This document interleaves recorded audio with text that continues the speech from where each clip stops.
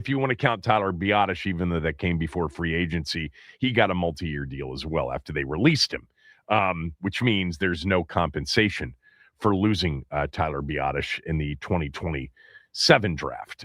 But in terms of the guys that they had that got to, unrestricted free agency, none of them were free agency week one guys. So the fact that none of them went last week, for the most part, other than Jacob Martin and Chris Rodriguez, it was expected. If you look at, and I went back and looked at the ESPN top 100 free agents, Max, from a week ago before free agency began, Deebo Samuel at number 53 on their top 100 free agent list was the highest ranked Washington player on the list. At number 53, Chris Paul was 61, Marcus Mariota was 74, and Bobby Wagner was 96. So 4 total players on the list, none higher than 53. They didn't have true week one free agency guys. Now, that does speak to the roster to a certain degree, but it doesn't speak to why players weren't selected or signed last week. They weren't guys that were supposed to be signed last week. Now, I was thinking about, imagine if Terry McLaurin had not been signed and ended up coming in late and playing on the final year of his deal. Now, a tag would have been a possibility, but if they didn't tag him and he had reached free agency, he would have been way up on the list. He certainly would have been, as an available free agent wide receiver, he would have been top 10, top 15, worst case on the ESPN top 100 free agent list. But Deebo was the highest ranked guy at 53. They just didn't have guys that reached free agency that were tier one. I thought there was a decent chance that Chris Paul, because, he's younger and he had something, approximating a breakout season, that he might get a nice deal from somebody early on, but he didn't, and now he's back. The roster wasn't great last year. There's no doubt about that, but it also wasn't great in 2024. I mean, we've gone around the bend on who's to blame for that. I mean, the previous regime for sure bears a significant amount of the responsibility. Rivera and company picked 33 players in the draft, and only 6 remain with the team. And one of them actually left and just came back, De'Ami Brown. The other 5 are Quan Martin, Chris Paul, Sam Cosmi, John Bates, and Percy Butler. All right, so 6 of the 33 players drafted in 2020, 2021, 2022, and 2023 are on the roster. There are other players, by the way, to be fair to Ron and to, Martin Mayhew and Marty Herney, the Marty Party, as my guy Kevin in Arlington likes to refer to them. There are other players from those drafts, scattered around the league and contributing. Players like Cameron Curl and Antonio Gibson and Chase Young, who had a really good season last year, Dotson, Forbes, Rodriguez, there are a few others. But the hurt from whiffing on 4 straight first-round picks, top half of the first round picks, I guess with the exception of Jamin Davis, right? He was not top half of the first round. But whiffing on 4 straight first-round picks, that hurt is lasting. Chase Young, even though he's kind of resurrected his career in New Orleans, Jamin Davis, Jahan Dotson, and Emmanuel Forbes. Man, that is something when you really think about it, that Rivera and Martin Mayhew and Marty Herney and all of them, I mean, that's not something you'll ever be able to explain away if you are and were a part of that front office, decision-making group. Chase Young was an obvious selection, at number 2. Most teams in the league would have selected him that high, but Davis was a major reach. And you could certainly argue that Dotson and Forbes were drafted ahead of where the consensus was. We know Forbes being selected before Christian Gonzalez was not the consensus. So inheriting a roster that was limited. The cupboard was bare when, Adam Peters and Dan Quinn arrived.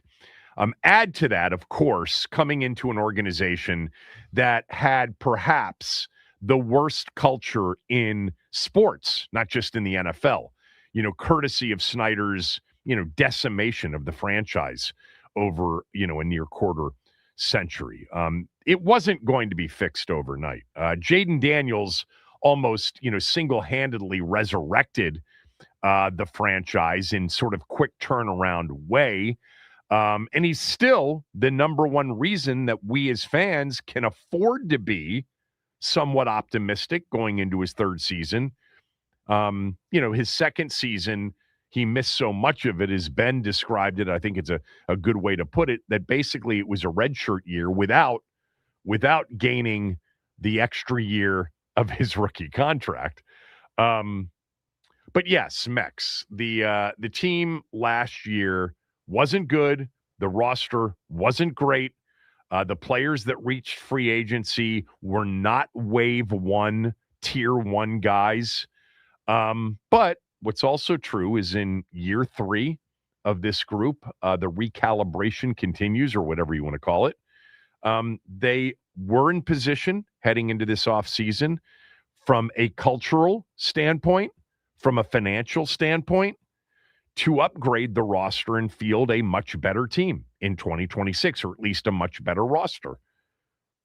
Of course, not beating a dead horse, or not intending to beat a dead horse, but maybe I am, just being a healthy team in 2026 will make a huge difference compared to 2025. But thank you for that, Max. I do think it's one of those things where there's been a conversation about, Washington's free agency, kind of group, and the fact that nobody was in a hurry to sign any of their players from last year. Yeah, it's just that they didn't have players that reached free agency, and that happens sometimes, where you just end up with players that don't reach free agency that are tier one guys. They just didn't have those. Chris Paul's back, and they lost Jake Martin, Chris Rodriguez, Noah Igbenogany, Jonathan Jones, and Josh Johnson, who, by the way, I didn't even mention this when we said that yesterday. I think I mentioned that he had signed with Cincinnati over the weekend. This guy's going to be 40 years old. Man, Josh Johnson, the Josh Johnsons and Chase Daniels of, NFL lore at this point, just guys that have ultimately made so much money, hardly ever playing. It's a pretty good trick, Now, not that they didn't want to play, but the trick is be really smart. Jay Gruden said about Josh Johnson to me 3-4 years ago, maybe one of the, smartest players that ever played for him. Others have said that about him. And be smart and be a really good dude in the locker room. And you can end up with a really long career, making a lot of money and not really exposing yourself to the high-risk nature of the business that you're in. All right, let's get to it. What do you got?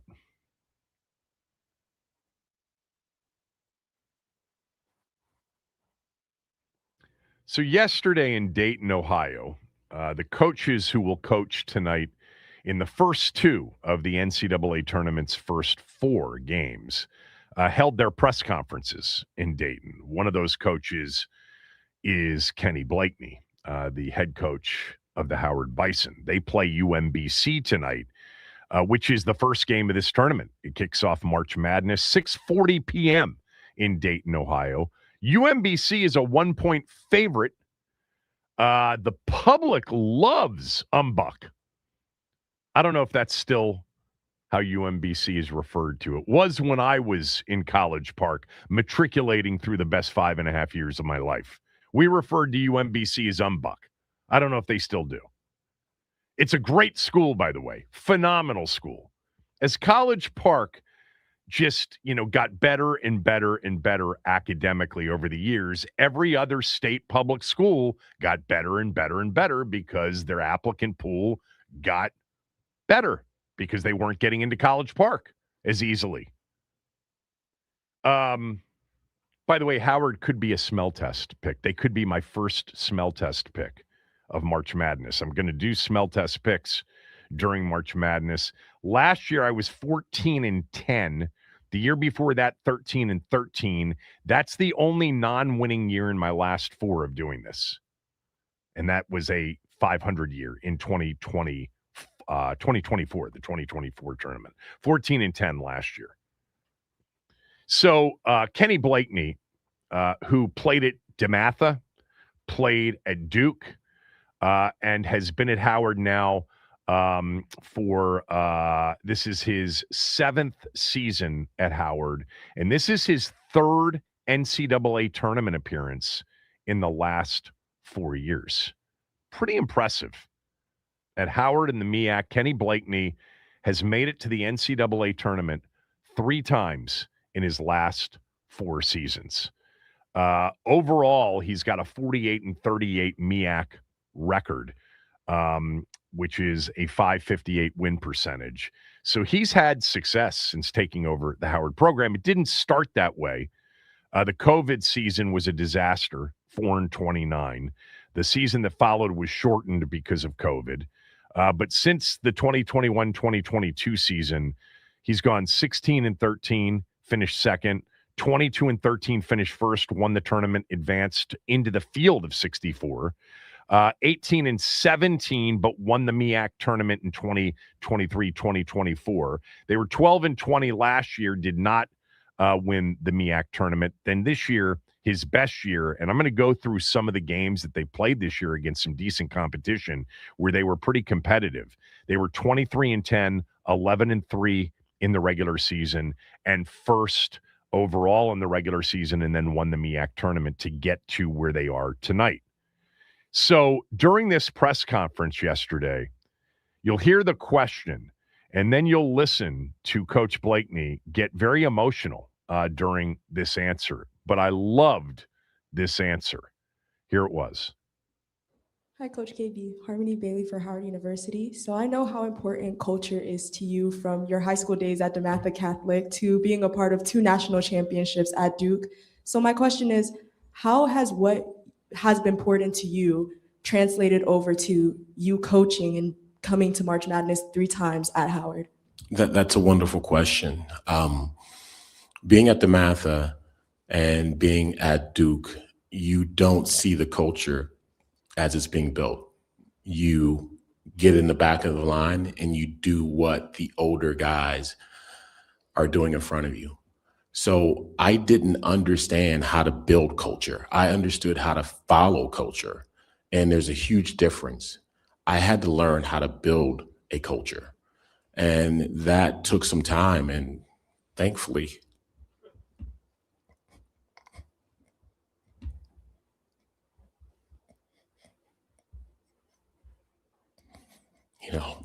my man over here, Mr. Davis, was great.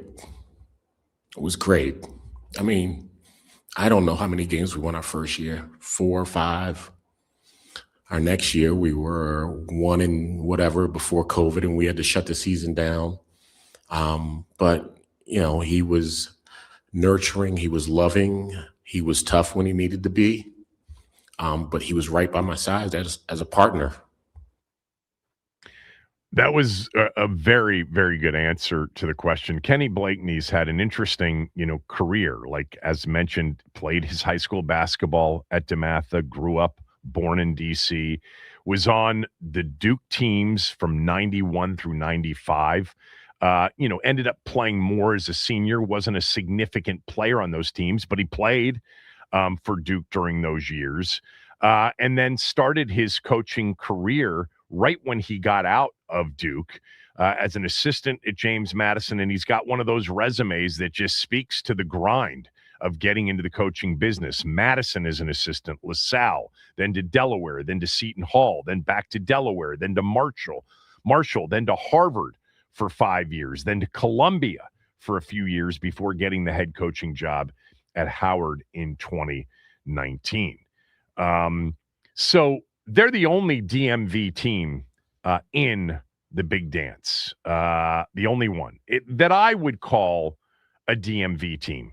I think the true DMV teams, and I'm going to get back to Blakeney and Howard's season and the chances they have of potentially getting into the, 64 draw with a win over UMBC here in a moment. But I think that, the true sort of DMV teams are from, Maryland, Georgetown, GW, AU, Howard, Mason. Did I just hit them all? I think I hit them all. Because to me, and I got something from Len. Len wrote, Kevin, enjoy the show. I'm a former Bostonian who grew up with, he mentions all the different sports talk hosts he's listened to, and he moved to Philly. My kids mostly grew up in Maryland. One of my daughters graduated from UMBC. When listening to your show, the talk around the NCAA basketball tournament and the MVA area teams, I found it's interesting that UMBC seems to be a team that's outside of your home team interest, and I'm curious as to why. Well, UMBC's in Baltimore. They're not a DMV team. The Maryland, the DMV, the Maryland portion of that, this is how I would describe it. Montgomery County, Prince George's County, and then parts of Frederick County, Howard County, and maybe even Anne Arundel County in terms of the Maryland counties that are part of the DMV. Baltimore County is not part of the DMV. UMBC is not a local team. But Howard is, and they are the one DMV team in the tournament this year. And I mentioned this, maybe like a month ago, as they were, in the midst of winning a bunch of games. Like, they really got hot. At one point this year, they were, 12-9 and 2-3 in the MEAC. That's late January. And then they went on a run. They ended up winning 11 of their final 12 games. And the only one they lost was in overtime against Yale, 87-81. Yale was in the Ivy final on Saturday, which, by the way, was a hell of a game, the Yale-Penn game. The kid from Penn had 44 for Fran McCaffrey in his first year at his alma mater after all of those years at Iowa. So they lost to Yale. That's the only game they've lost in basically almost 2 months. And it was in overtime against a good Ivy team. Okay, the Ivy League is better than the MEAC, typically. And they get seeded higher in the tournament, and they win more games than the MEAC. But they also had good results in December. Howard beat a UNC Wilmington team that in the CAA went 15-3 and won the regular season. They beat Wilmington outright. I mean, that's a solid win, 67-66 in a true road game. They also beat Drexel the game before that. Drexel had a winning record in the CAA, 10-8 overall, 17-16 this year. They played Missouri, who's in the tournament, in their opener. They lost by 21 in that game against Missouri, all the way back in November. Not a game that they were really in. They played Duke, and Duke, hammered them by 37. But they had some good results. Beating Drexel and beating UNC Wilmington is a good result. They lost to Northwestern big, but then even the loss to Yale was an impressive, loss. Yale won the Ivy League regular season and then lost to Penn in the tournament final in a very good game. That was that Saturday morning game, 88-84, overtime. Really good game, a record performance for the Ivy League tournament from the kid's name was Power, TJ Power. He had 44 points in that game, 14 rebounds. Probably, a player to watch here in the first round. But Howard had a decent overall, the Ken Pom and the net, because of the conference schedule they play, is obviously, there's just not, many high quad games in that rundown. But they've played some teams this year, and they've played them competitively. UMBC, as a 1-point favorite tonight, they played some teams too. They lost to Georgetown. They played a Bucknell team that they beat in December. But to be honest with you, looking at their schedule, they lost to Dayton earlier in the year.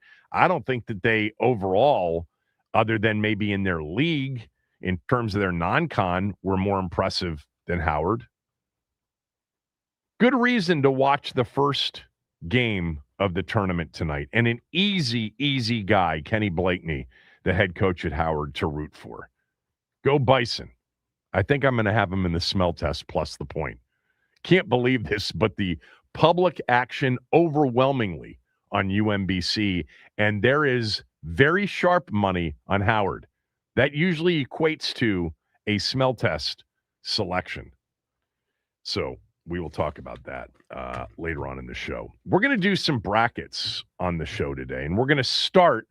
We'll do it over a 2-day period. We'll do half the field today, half the field tomorrow, and then what are we going to do with our brackets, Max? Are we posting them somewhere?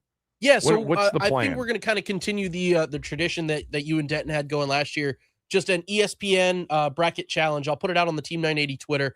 All you have to do to enter is there's a password that all you have to do is enter capital TEAM 980. So Team 980 is the password with a capital T if you want to join in on the fun on this bracket challenge. All right, we will do some of that on the show today. When we come back, the team in the field that every year is the most despised team in the field.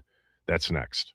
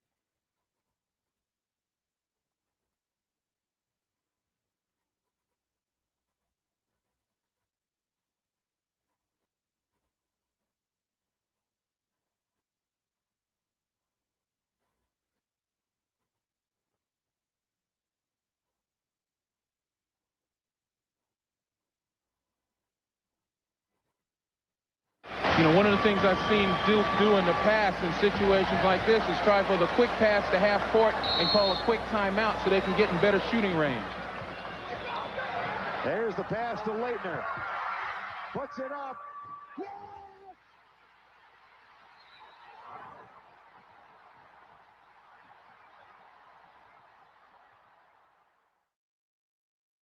Christian Leitner, the Spectrum in Philadelphia, March of 1992. Duke 104, Kentucky 103 in overtime. Simply put, one of the greatest games in the history of the sport. And a game and a reaction that followed that seemed to either start or cement the process of Duke becoming or being the polarizing team that it's become, the most polarizing team in college basketball over now easily a 30-plus year period. On par, by the way, in sports with the Yankees, the Cowboys. I guess Notre Dame football is still polarizing, maybe not as much as it used to be. So why is Duke so despised? You know, as a lifelong Maryland fan, I can take a shot at this one. Number one is they win a lot. If they didn't win a lot, they wouldn't be polarizing. You know, no super polarizing sports entity becomes polarizing without winning a lot. Number two is they've done all of their damage with all of those wins with this feeling of entitlement that comes from, a very wealthy and affluent student body. You know, there's been a condescension that's gone along with it, especially, a condescension that's been off-putting to most notably Duke's biggest rivals that have had to deal with it for a long period of time. North Carolina, all of the ACC schools, and I'm talking about going back to the original ACC schools, when Duke was becoming this team. The players were in many ways polarizing themselves. Christian Leitner was dirty. Bobby Hurley was too scrappy. J.J. Redick became kind of a manifestation of everything that was either loved about Duke or hated about Duke. Back to the condescension. Coach K was a great coach, one of the greatest that's ever lived, no doubt. He was also, while winning, at times it came off as very belittling and condescending towards his arch rivals. I mean, I don't know how many times Maryland lost a heartbreaker, and Coach K in his press conference was talking about how Juan Dixon was truly special. Usually not after a loss, but after a win. The officiating followed. There's no doubt Duke got the benefit of a whistle for many, many years, especially in the ACC. The media coverage and hype over Duke became hysterical, and it led to literally this rock star, experience. I mean, when Duke traveled and arrived in a road environment, especially in a big, city like Madison Square Garden or even here, I mean, it was nuts. And then I think finally the Cameron indoor experience, the Cameron crazies. Look, I lived it as a road rival. It was an incredible atmosphere. It was as passionate as it got, but it was also choreographed. It was too theatrical. And it was theatrical and, in an organized fashion by some of the geekiest kids you'd ever see, none of whom could ever probably consecutively dribble a basketball, or at least that's what we would like to say. Not to mention the very mean-spirited taunts towards opposing players. Creative at times, no doubt about it, but in many cases, very, very mean-spirited. I mean, the list goes on about Duke, and that's not the segment that I want to get into. Duke is definitely, in college basketball, the most polarizing team, and because of that, you get a level of hate and despise that is not directed towards any other team in the sport. There's also those that, walk around, typically not Duke alums, typically not people that grew up rooting for Duke, but just are bandwagon jumpers. We all have them in our lives. I mean, my guy, Big Tony, roots for the Spurs, the Montreal Canadiens, the Steelers, and I'm forgetting his baseball team. How does that work for a guy that grew up in Montgomery County? We all have him in our life, the bandwagon jumper, the guy that just grew up saying, I'm only going to root for winners. So Duke's got a lot of those people as well. What I want to know from all of you on the day that the NCAA tournament kicks off is not specific to this sport, but Duke's a good way to kind of think about it. And that is, who's the team in your life, for whatever reason, that you've despised more than any other? I have to say that as a Skins fan and as a Terps basketball fan, primarily, those are the two teams that I've always loved more than any other. And I'm a big Bullets Wizards fan, but there's never been a rival for the Bullets or the Wizards because they haven't been good enough. But for me, over the years, the Eagles have become something that I truly despise, but it'll never match the way I felt for a long period of time about the Dallas Cowboys. The Dallas Cowboys were Duke. It's interesting that, in this town, the, rivals of two of the teams, college pro, that played had truly blue blood, most polarizing, most despised, most loved teams in America that they played on a regular basis. Washington's football team playing the Dallas Cowboys twice a year, sometimes three. Maryland playing Duke twice a year, sometimes three, sometimes four, as they did in 2001, 25 years ago. To this day, Maryland was on its way to its first Final Four, and they would face Duke in Minneapolis in a Final Four for their fourth meeting in one season, which is very rare, as we know, in sports. For me, I really despised the Cowboys for longer than I despised even Duke. As a kid in the 70s, as a child of the 70s, through the 80s, the Cowboys were America's team. They had Roger Staubach. They had Drew Pearson. They had Randy White. They had, this weird flex defense. Their offensive line did this thing where they moved up and down right before the snap. They had Tom Landry, Tex Schramm. George Allen instilled that in the 70s. Gibbs took it over. He was different in his approach.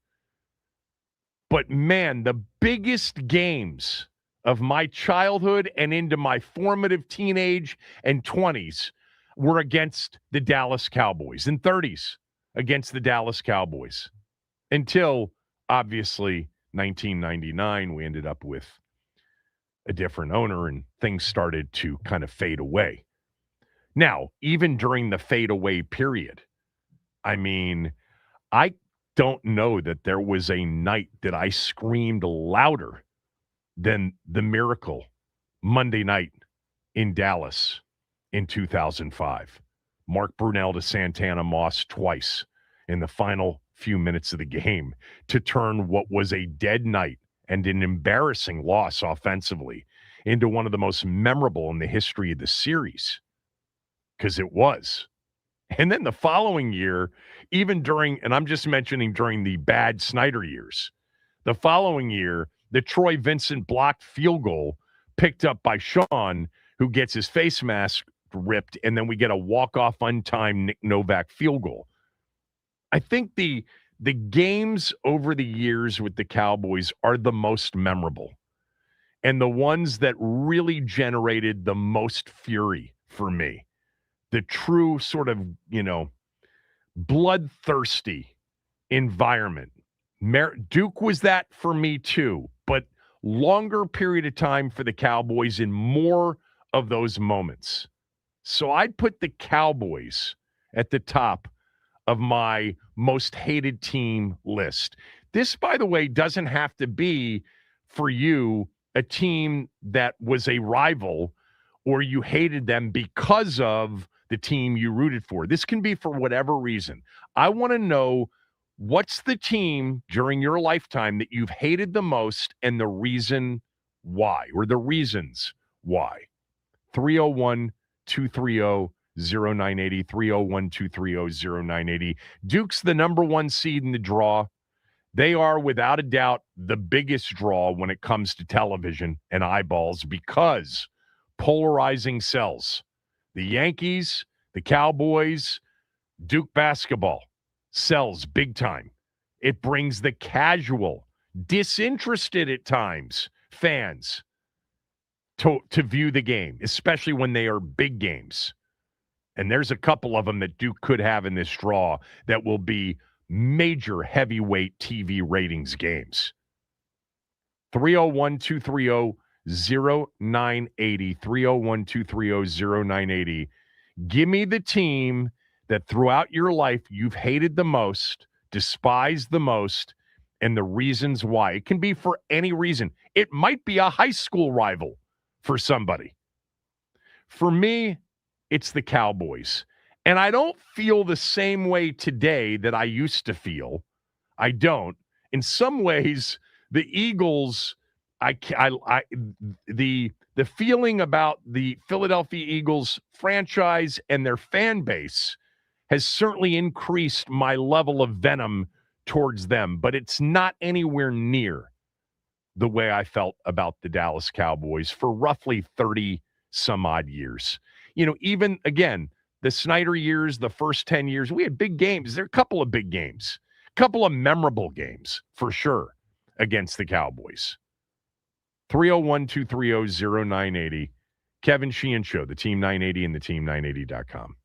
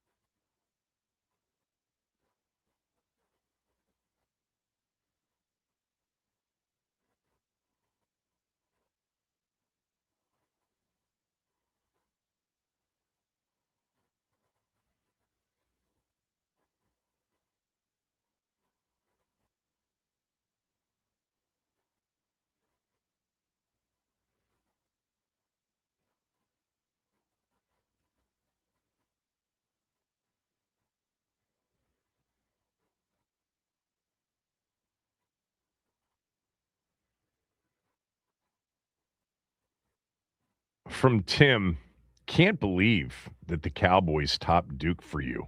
One word, Denard. Yeah. Look, I mean, I could say one word, Longley. There's a lot of those one word. Kenny Denard, by the way, undercut Buck Williams in the ACC tournament final in 1980 in Greensboro on an Albert King shot that hung on the rim. Buck was getting ready to go up and slam it home or tip it in to give Lefty his first ACC tournament title. Maryland was the regular season champ in 1980. Duke actually wasn't the 2 seed. I think North Carolina was, and I think Duke upset Carolina in the semis. And this was not a Coach K team. It was the year before Coach K. It was a Bill Foster coached Duke team. But yes, throw Kenny Denard in with Carlos Boozer, Lonnie Baxter. Boozer should have fouled out of the Final Four game, not Lonnie Baxter. Terrible call. Steve Blake in the Gone in 54 Seconds game in 2001 should not have fouled out of that game, should have been in that game. Yeah, we were on the wrong side of a lot of whistles over the years. And I know that sounds like Maryland complaining, which we did a lot of, and a lot of whining. I'll be the first to admit that certainly it's been a lot of, redheaded stepchild, sort of, rat cornered. Gary gave us that inferiority, helped sort of perpetuate that inferiority complex of being the northernmost outpost of the ACC, and everybody was against us. I think we thrived on that in many ways. But yeah, the Cowboys, because of the first look, for me as a kid in the 70s, NC State and North Carolina were bigger rivals. I hated Carolina long before I hated Duke, but none of that, superseded the way I felt about the Cowboys growing up into my, teens, 20s, 30s, probably, I feel differently now. I do, because I feel differently about the team in general, but that would be my number one. The question being, what's the team you've despised or disliked or hated the most in your lifetime? What team is that? And give me the reasons why. Max, what is it for you? As my life has gone on, it's ebbed and flowed. It really does depend on the context of what's going on in the world of sports in that moment for me. Because back when I was a kid, it was I hated the Dallas Cowboys, the New York Rangers, the Pittsburgh Penguins, because those were the big teams that eliminated us in the playoffs, or humps that my teams couldn't get over. But right now, it's Philadelphia Eagles fans. They're just I love them, but I also hate them. I hate how annoying they are, but I really do respect the lengths that they go to piss you off. And so yeah, Eagles fans are kind of the barometer I have. If you get me going more than an Eagles fan, that'll put you up in the ranking. But right now, Eagles fans are kind of number one. You know what Max's answer does for me in listening to Max answer the question? It makes me sad that you didn't get. Yeah. Maybe with the Caps and Penguins, you had it, in terms of greatness. Oh, yeah. Same time. Oh, yeah. True rival. But man, that's been pretty much it for you in your lifetime with local teams. Yeah. I got to experience the Redskins at their best with true, genuine, heated rivals both ways. The Cowboys hated the Redskins. Cowboys fans hated the Redskins. Redskins fans hated the Cowboys.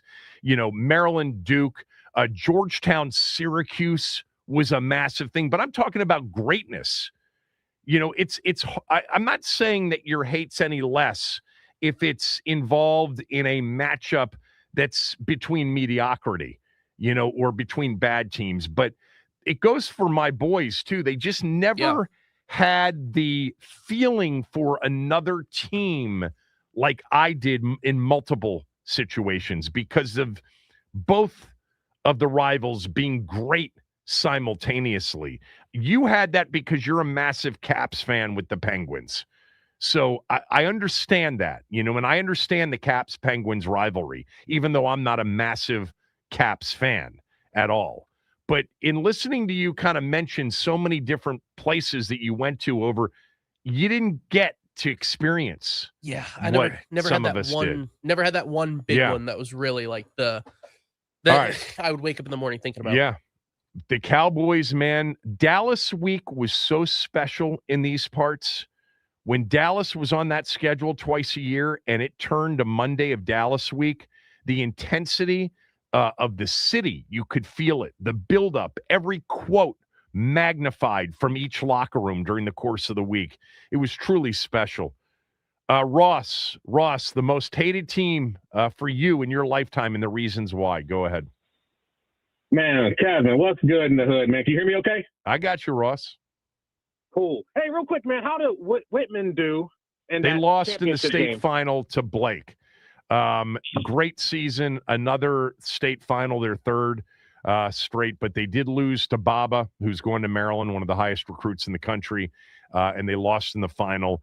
Tough game for them, but a great season. The Whitman girls are in the state final, I think, tonight. So good luck to the Whitman girls team. But go ahead. Give me the team and the reasons why, the team that you've hated the most in your lifetime. Man, I'll never forget when the Colt McCoy-led Redskins beat the Cowboys in overtime about 11 years ago. Yep. I was watching that game with Ryan Kerrigan's sister, and it was nearly a huge brawl because there was a couple Cowboy fans in there, and I just had to let them know where we stood in that rivalry. Then Pittsburgh Penguins to Houston put the ass in Astros, but I will never hate a team more than the Detroit Pistons. Reggie Miller should not be in the same category as Charles Barkley or Patrick Ewing, some of the greatest to never win a ring. 2004, 2005 was the Pacers' year, and because a heartbroken Ben Wallace played in that game, he went over his head and he got too emotional, and then everything went from there. Then our test and everything, all that. We would have won that year. We would have beaten the Spurs, and because everybody got suspended and they just weren't the same. And so, we did decent in the Paul George era. We didn't do as good as we could have done in the Reggie era, but I'd always just look at Detroit and think to myself, man, what could have been, and it's all because of them and their fans. And till the day I'm gone, I will never have anything good to say about that organization. Yep. Stems from the malice in the palace. That's interesting. By the way, just totally a separate subject. If you haven't watched Soul Power, which is the Netflix a documentary about the American Basketball Association, the ABA, man, your Pacers are featured a ton. They were really the gold standard of the ABA for those Mel years. Daniels, baby. Yep, Mel Daniels, hey, one exactly. More thing, Kevin, before you get me up out of here, if you don't mind. You went to high school with one of my favorite producers for one of my favorite TV shows ever, Jackass. Did you have a relationship with Jeff Tremaine at all? No, I think he's younger than me. Oh, okay. Yeah. All right, man. I appreciate the time, Kevin. Thanks, Ross. Appreciate it. Let's go to Matt in Fort Washington. Matt, the team during your life that you've despised the most and the reasons why. How you doing, Kevin? So mine Matt. is going to be a local tie. So I went to Gwynn Park High School.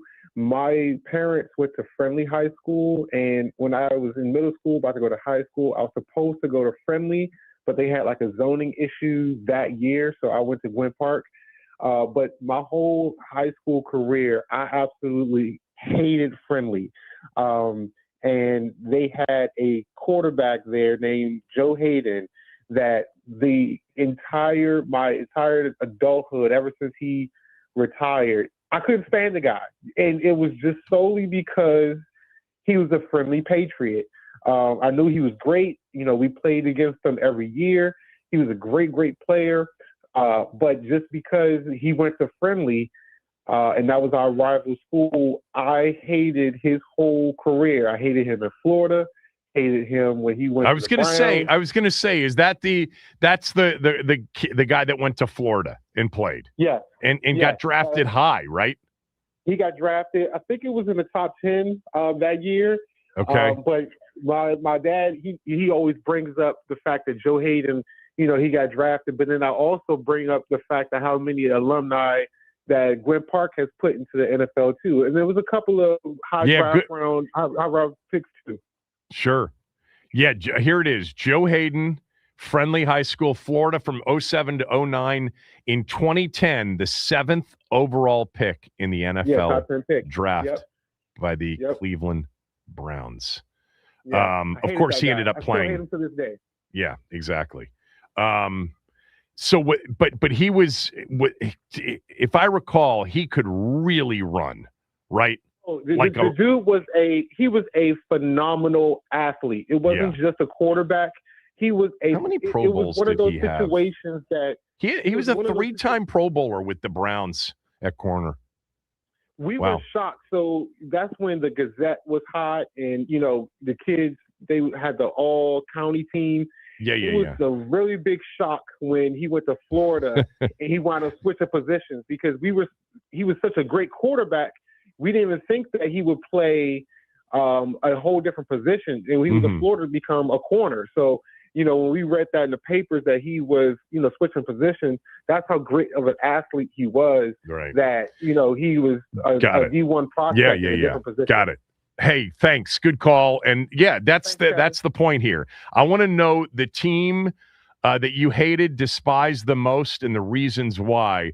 I'm going to subject you guys. I hate doing this. Sorry about it in advance, but Big Tony's on the hotline. He probably heard my description of his bandwagon fan profile, which is not even debatable. But we'll subject you to Big Tony when we come back. But Brian, Rick, Jeff, JR, Cole, Bones, everybody on hold, stay there. The most despised team of your lifetime for you personally, and the reasons why. The Cowboys are number one for me. Duke's a close second. So there you go. Kevin Sheehan Show, the Team 980 and the team980.com.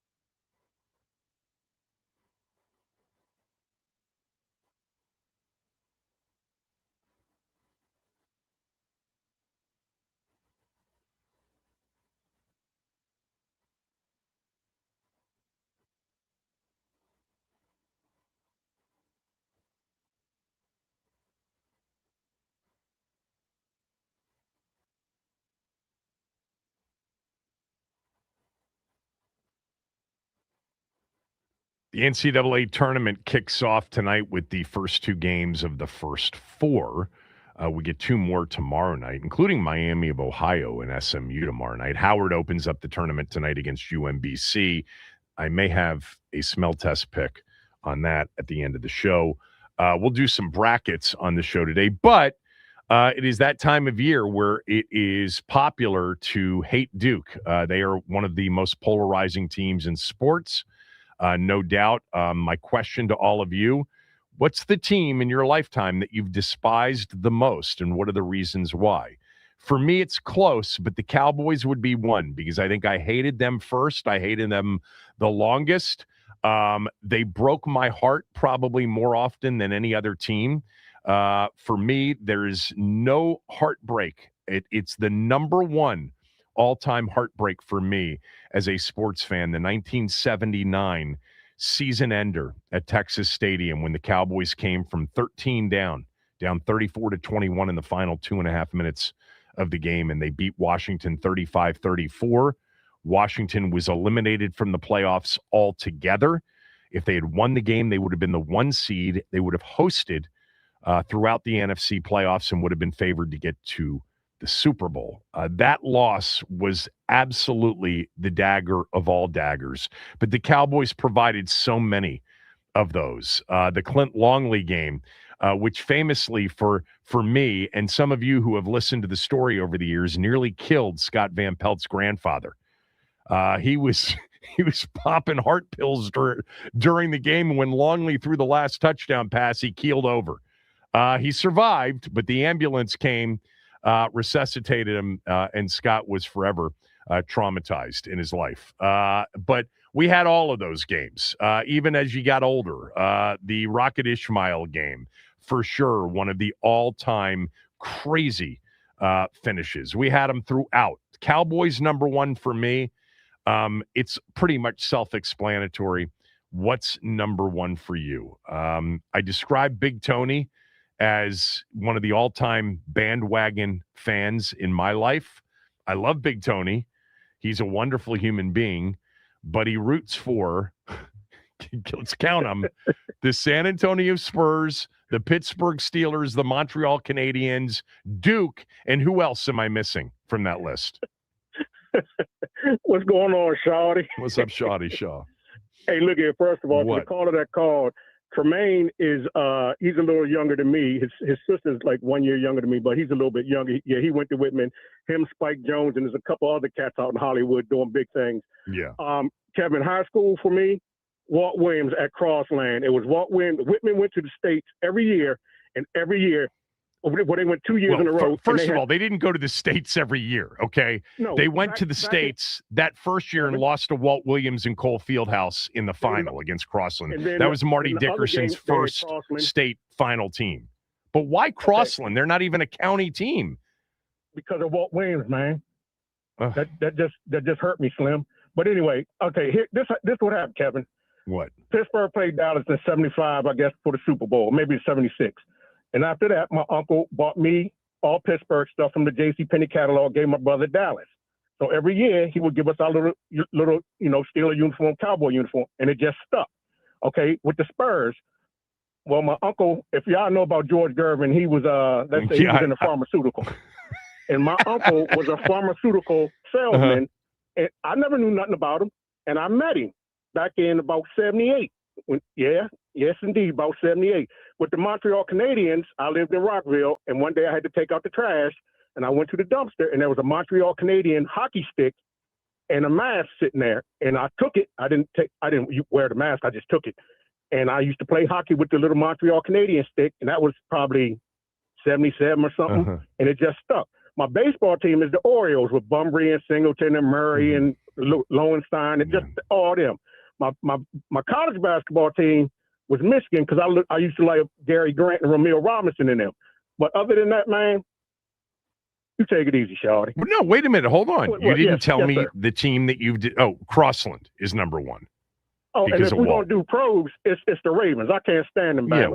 They think, I mean, we don't sweep them and everybody say, oh, they're so much better. But every year we sweep them and just look at the records. But, you know. I'll tell you what, man, they you got- drove a long way for those explanations. I'm not going to lie to you. And other than the Orioles, none of them really stick with me. Even the Steelers thing. You were old enough at that point to be a Redskins Yeah, fan, but I to be a was five. hometown fan. I was 5 or 6. No, my uncle was a Redskins fan, so he, you know, you got to have division in the household, man. Everybody can't like the same team. Why not? Why is Because that? that ain't no Why fun, is that man. a thing? I understand it's the thing in some households, but it doesn't have to be a thing. Families root for the same team. Live and die with them. Put it this way: you walk in my house, if you ain't got on black and gold, you can get out. I'll tell you that right Exactly. All right, I'll holler at you now. later. All right, boy. Big Tony, everybody. Let's go to Brian in Tacoma Park. Brian, the team that you've hated the most during your lifetime and the reasons why. Well, Kevin, I'm sorry for Big Tony. We at Springbrook, we love Crossland for obvious reasons. Walt Williams, Anthony Higginbotham, we'll see them anytime. We love Crossland. But but Crossland was not Springbrook's big rival. Springbrook, they by the weren't way, a rival at all. They weren't a rival at all, but they were a nice doormat to the state championship. So we love Crossland. Right. For that reason. Like Whitman's big rival when I was at Whitman was Churchill, and BCC to a slightly lesser degree. Who was Springbrook's big rival? I hope could be combination Blair, Paint Branch. Yeah. Listen, I hope you told your kids about Bob Cummings, boy. Bobby could play. There's no doubt about it. Bobby could that play. Was a shooting. Yeah. But real quickly, just out of curiosity, is Paint Branch still a high school or not? Yes. It is. Okay. Yeah. I remember playing in that gym. That team was tough. Yeah. Springbrook was iconic though, man. Playing in that arena with the light blue and the uniforms. You guys, Springbrook really, from a sports standpoint, I would say for Montgomery County schools might be kind of the most all-time historical and iconic. I mean, Seneca Valley's unbelievable football reign during the 70s, 80s, 90s, etc., is up there. And Blair and BCC for almost different reasons. But go ahead. Give me the team you've hated the most during your lifetime and why. I'm going to say it's Duke because of how they were branded. I mean, on TV and by pundits and Coach K, they always said they'd play the right way. They played the right way, and we'd be watching the games, and you'd see Leitner stomping on Aminu Timberlake, or Gerald Henderson breaking Tyler Hansbrough's nose, or Kyle Singler elbowing somebody for no reason on the floor, and that was before the flagrant foul was even a part of the game. They just had double technicals. So fast forward, Coach K realized, because he wasn't winning titles at the time, he realized that he had to recruit and bring in players that he never would have in the past. Right. He had to get the one and done. He had to get the guys with the tattoos. He had to get the guys that were into the branding and the AAU guys. And I think those players should be credited the most for cementing his legacy as winning championships. And that's just that's really why I hated them, because we were told just how much they weren't as athletic. They weren't always as gifted, but they played the right way. And we're watching games where nobody ever said, well, these guys are playing like thugs. There's no place for that in the game. You know, they just kind of let them do it. Yeah. Yeah, there are a lot of us that were on the wrong side of a lot of those calls. And, the Duke people will say, well, they dealt with the same thing with Carolina. And the Carolina whistle was a real deal before K and Duke became. I mean, basically, it was Dean Smith and then Coach K. And Carolina got the benefit of the doubt in a Carolina-centric league. And then when K came around and he started to beat Carolina and he started to win national championships, they started to get the benefit of the doubt of the favorable whistle. But Dean got it long before K got it. Yes. I don't think they talk enough about the fact that Coach K rejected Michael Jordan. Yeah. Wouldn't Thanks give him a scholarship. Wrote him a nice letter. All right. Appreciate the call. Let's go to Rick. Rick, the team that during your lifetime you've despised the most and the reasons why. Kevin, I need you to tap into your memory bank on this one. the 2010-2012 dumping off the salary cap. The New York Giants used to be Dallas for 2012. Mara turned in Washington, turned in New Orleans, and turned in Dallas. You're right. $36 million. The Mara family penalty. Yeah, the Mara family pushed the commissioner to penalize us. Yep. I hate the Giants ever since. It used to be Dallas, the Giants. I still have nightmares what it could have been that year without losing $36 million, Kevin. $36 million in salary cap space on the eve of free agency. Yes. If you want to get Mike Shanahan just seething, Bruce Allen too, by the way, that's the subject, because they never saw it coming. The league, remember, in that, uncapped year, there was some collusion. Don't spend big on free agents. That's not what Washington did. Washington took contracts like D'Angelo Hall's contract, rolled them into a year to get the benefit of salary cap space for the contracts they already had, and they got absolutely crushed by the league, courtesy of John Mara, who turned in Washington, Dallas first, and then New Orleans, I think, was the third team that felt the sting of that. By the way, if they knew that was going to happen, Rick, before 2012's offseason, I don't think they ever make the trade with the Rams to move up to number 2 to take RG3. Yep. I hated the Giants ever since, Kevin. And the only thing I like is blue is the skies ever since. Okay. Thanks, Rick. Appreciate it. Let's go to Jeff in Vienna. Jeff, the team that you've hated, despised throughout your lifetime, and the reasons why. Happy Tuesday, Kevin. You too, Jeff. Growing up in Cincinnati, obviously easily the Mel Blount, Jack Lambert Steelers, the Garvey Say Lopes Dodgers against the Big Red Machine. Right. And then you and I were in College Park at the same time. And at 02, at the game Maryland at Cameron, I actually met Kenny Denard. And I said, you fouled him, right? And he goes, oh, he would have missed the free throws anyway. The typical condescending, dookie type stuff, but I think everybody else pointed out a couple things. Leitner should not have even been in that game to make that basket, obviously. Right. And one of the most condescending things I've thought about Duke all the time was the handshake line when Coach K would go through there and pat everybody on the chest. Pat everybody on the, oh, yeah. Oh, yeah. God, there were a couple times when I was at Cole, I was like, I'm going to run out there on the floor and just and he would, pop him. after a win, he did it after a loss occasionally too, but after a win, he'd just sit there and tell Gary what a special team he has, what a great effort his kids displayed. Yeah, it was. And those press conferences following wins, especially in Cole, because he'll tell you, Cole or Xfinity, when they came up here and won, it was extra special because of the absolute snake pit that they were entering and to quiet the fans and the whole thing. But then he'd list the players that were so special. They were just, Steve Blake and Juan Dixon and Lonnie Baxter and Byron Mouton, they're just special. Terrence Morris is special. It just got to be so old, especially the Final Four when Boozer clearly should have fouled out and Baxter should have been in that game, and it would have been a difference maker for sure. Well, yeah, if you were there and you remember, they handed out seat cushions for that. Yeah. And my buddy next to me at the Metrodome just heaved that thing like at that one Redskin game when the seat cushions went flying down on the field. I do. And after, I have a question for you because you grew up in Cincinnati, right? Yeah. Yep. So one of my all-time favorite, the Steelers, and I remember the Bengals and the Steelers, the Ken Anderson teams. I remember there was a snow game in the late 70s at Riverfront that was incredible. But the Sam White grabbing, the PA and saying, you don't live in Cleveland, you live in Cincinnati, and to tell them to start behaving like Bengals fans, not Browns fans.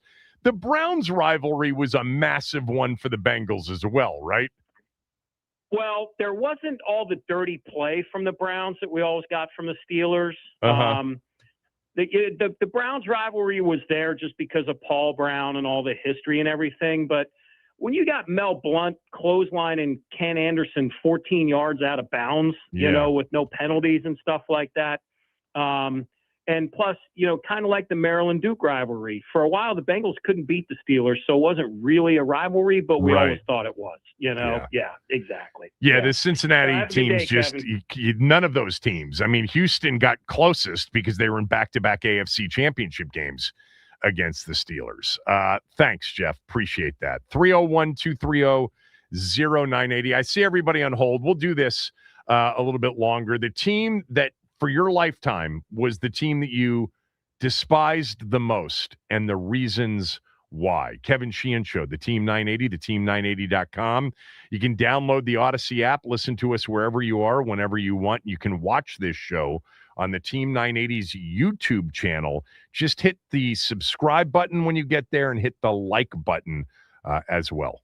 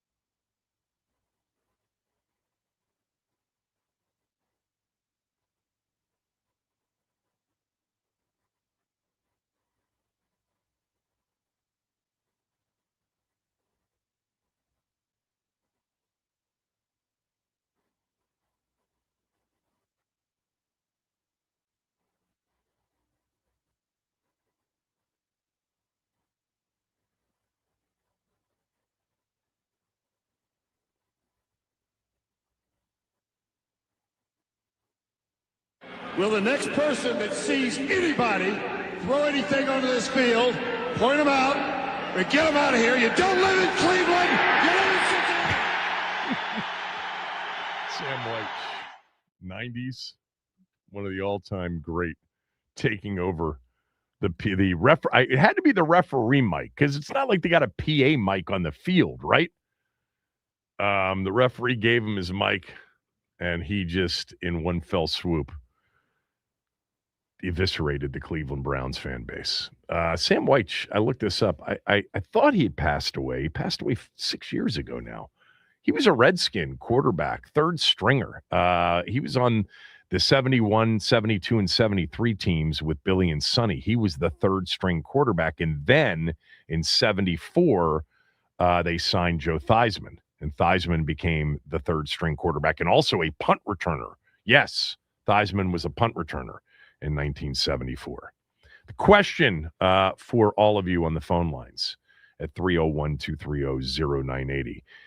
What's the team during your lifetime that you despise the most, and what are the reasons why? Dale in Fairfax has been on hold for a while. Dale, go ahead. I don't know if you guys are amateurs at hate, is all I can say. The team I dislike more than anything else is BYU. You're a Utah guy. BYU is the most insufferable fan base of all time.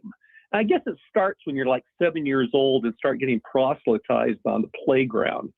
And then by the time you finally get to the U, they cream this year after year after year. It was a team that was just unbelievable. They had such good talent. When it came to basketball, they had 30-year-olds playing against our 18-year-olds. Yeah, they still do. It was unbelievable. I mean, you know what? Honestly, this is a rivalry I'm somewhat familiar with, but I'm not, like you are. But the Holy War, for people that have experienced BYU and Utah, and when they play in football every year, the intensity, the feel of that game when you're watching it really is insane. So that really that must have been incredible to be a part of. And you're saying that Utah, because of all the BYU success in football, for sure, before Utah ever had it, right? Before they ever had it. Yeah. Well, actually, we controlled them from like the 1920s. In fact, some war hero who got a Congressional Medal of Honor from BYU, he had played for the football team. His one true dream was them to beat Utah once. But were they any good though back in normal, last 50 years? Were they good before Urban Meyer or not? Ever? No, Utah's football teams were dismal. When I went to graduate school, I'd be sitting at the Marriott Library, and I'd hear the games start. And I knew when halftime was about, I'd take them, throw my books and stuff in my car. And there were so few people there, I could just walk in and sit in like the first or second row. Right. It was dismal football. It was horrible. Basketball, Dale, I have a question for you because I don't know the answer to this. I've talked to Cooley about it. Utah State, was not all Latter-day Saints. It was not all Mormon. BYU is, as we know. But what was Utah? What was the breakdown religion-wise? Do you know? Probably about 70% LDS. I mean, It was, it's a majority. They had a seminary on campus. They had a bunch of things. But it was still, even the Mormons that went to Utah still feel it. The second level of everything. To give you an example, and to give the people on the phone example, this happened, I think it was either 6 or 10 years ago. I can't remember because it all blurs together. Utah was playing, the football game was at BYU, and we scored a touchdown, and our cheerleaders, hoisted a big red U flag and was waving it back and forth. The BYU cheerleaders, even the male cheerleaders, by the way, ran over and tore it out of their hands. It ended up in a fist fight that the police had to break up. This is the cheerleaders. We hate them. Those crazy Mormons out in Utah. Man, I've heard from some of the people that I know that are really, in tune with college football. They say that BYU, Utah, the Holy War is special to be at. Dale, good one. Thanks for that. Not just in football, in basketball, in tiddlywinks. It doesn't matter what. There is nothing like the rivalry between those two teams. And as far as football is concerned, because of where I grew up, I hate the Cowboys and I hate the Broncos. Because growing up, I'd have to watch the Cowboys and the Broncos exclusively every frickin' week. It was, 4 times a year I might see teams I actually wanted to see. Thanks, Dale. Disgusting. Good call. Appreciate it. Let's go to JR. JR, team that you've despised the most during your lifetime and why? Hey, Kevin. Thanks for taking my call, buddy. You and Matt. Sure, JR. It's Notre Dame. And the reason why is they think they're better than everybody else, man. And they're a bunch of crying, whining babies. To me, every year they have something to cry about. And when they face the best teams, they get beat all the time. Really bad. But anyway, they're a bunch of choir boys playing football to me. But Kevin, I got one question if you don't mind me asking you. Sure. You're going to clear up a bet between me and a buddy that's about basketball. Okay. Do you think that you could have a high school boys basketball team with at least 1 or 2 D1 players? Do you think they can beat a WNBA All-Star team of women? Oh, God, we're going to get into this. Yeah, and by a lot. And anybody that knows basketball knows what the answer to that question is. And I don't know why people are afraid to say it. They're just different sports completely. They're the same sport. They're just played much differently. Yes, of course. The PVI team that I watched this year, and that's more than 1 or 2 D1 players. But, I mean, it's different. You're talking about massive size difference, physical differences. One game's played even at the high school level above the rim a lot of the time. It's just not really – anybody that knows the answer to that knows the answer to that. Anybody that's been involved in playing, coaching – I don't know why we've been so hesitant to say it. Yeah, it wouldn't be close. So there you go. I don't know if I won the bet for you or for your friend. Let's go to Cole in Silver Spring. Cole, go ahead. Well, good morning, Kevin. For me, being the old NFC East head, for me, it was the Arizona Cardinals, a.k.a. St. Louis Cardinals. Really? Why? Because of Mel Gray? Oh, he's the main culprit. And also that offensive line, Jim Hart. Deerdorf.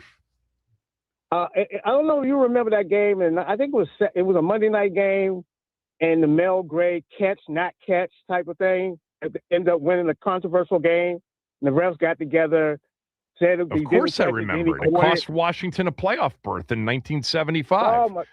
Go watch. Anybody wants to see just how replay would have affected, games in the 70s.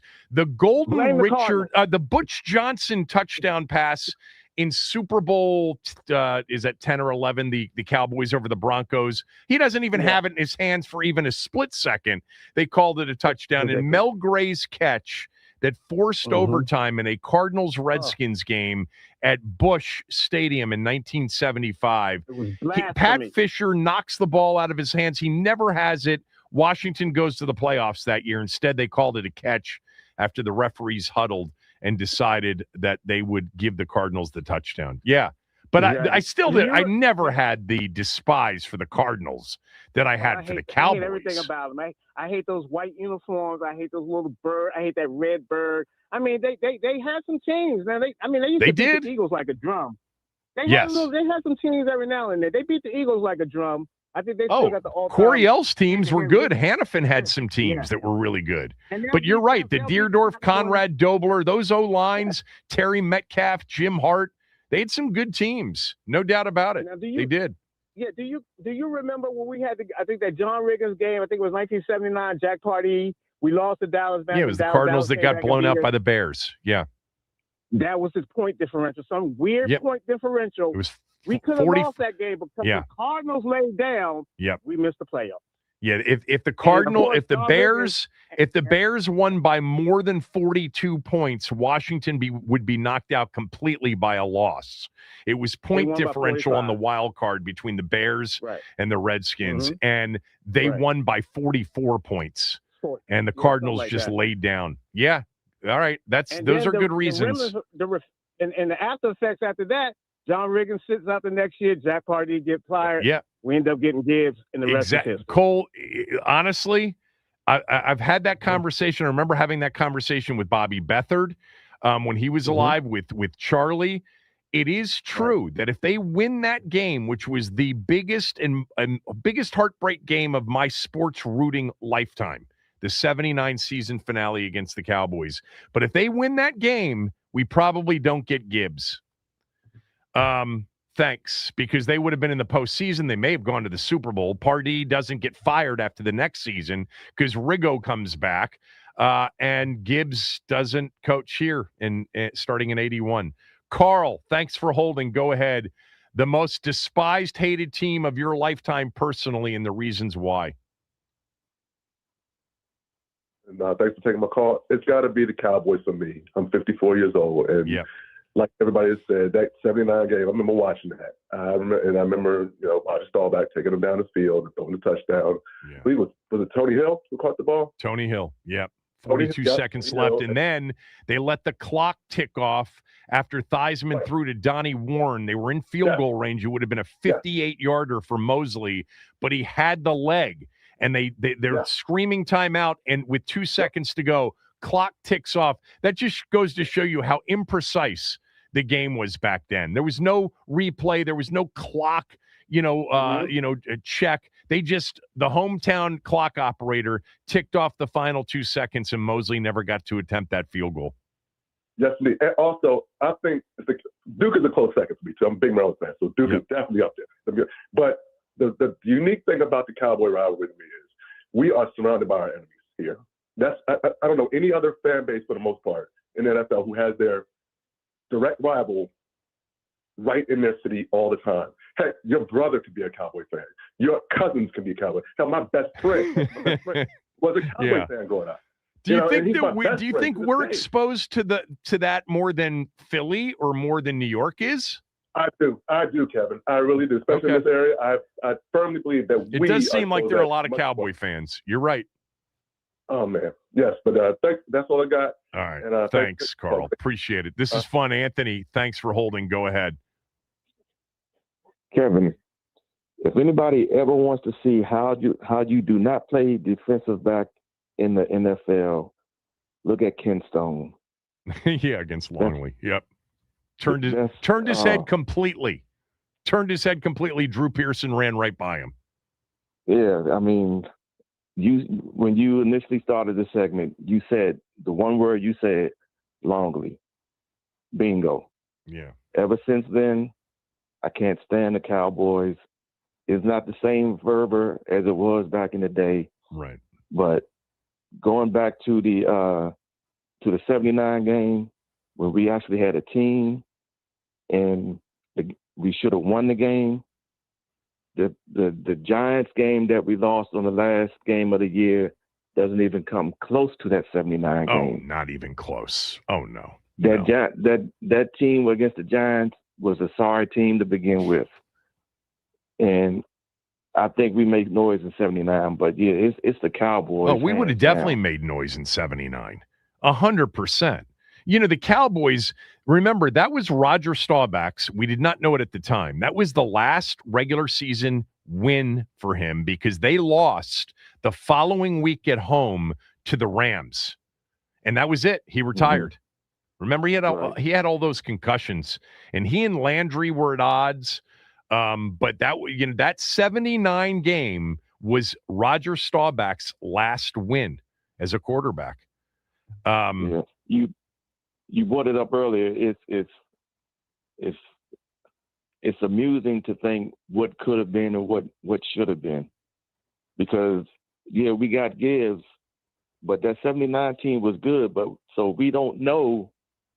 Yeah. I mean, we still could have got the same similar results or better out of that team. Look, Jack Pardee may not have been a great head coach. He was a great defensive head coach, a great defensive coordinator, and Joe Walton was the OC, and Theismann, and those guys thought Walton was excellent from those years. Mm-hmm. I mean, think about it. They were not a superstar team. The 79 team wasn't.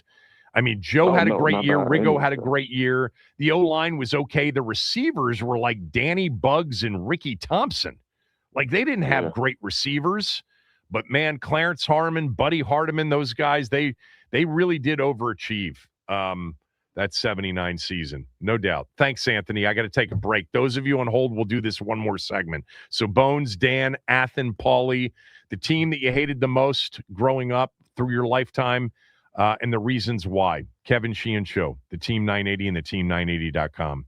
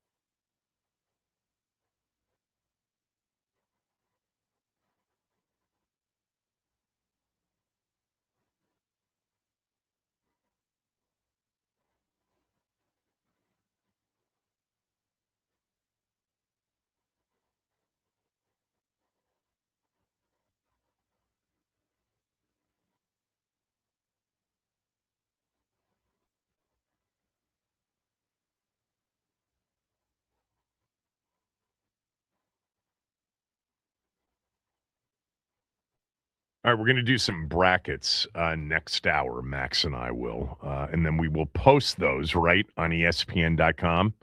Yeah, That's so how we're gonna the do bracket it? challenge is live. I just put it out on the Team Okay. 980 Twitter over the break, so you can all jump in right now. Again, the password And you've is got until what, Thursday at noon? yeah, you've got till the games tip off on Thursday. But Right. yeah, password is Team 980, capital T EAM 980 to join the bracket challenge. Jump in right now. It's on Team 980 Twitter. I don't typically do well with my brackets. It's not my best. I won one last year, a little flex. You did? Yes, Wow. I did. I didn't get I just had the Final Four right, and I think I had Florida winning the championship, so that was my big grab of points at the end to win the trophy. Right. I do better on just picking out the games with point spreads and giving you winners that way, which I will have a smell test pick for night 1 of the tournament, first 4 game tonight, and maybe even the first game tonight. Bones, who's the team for your lifetime that you hated the most and why? Hey, Kevin, man, thanks for taking my call. Shout out Anytime, to my little Bones. homie, Mac. Hey, man, you know what, man? Check it out, man.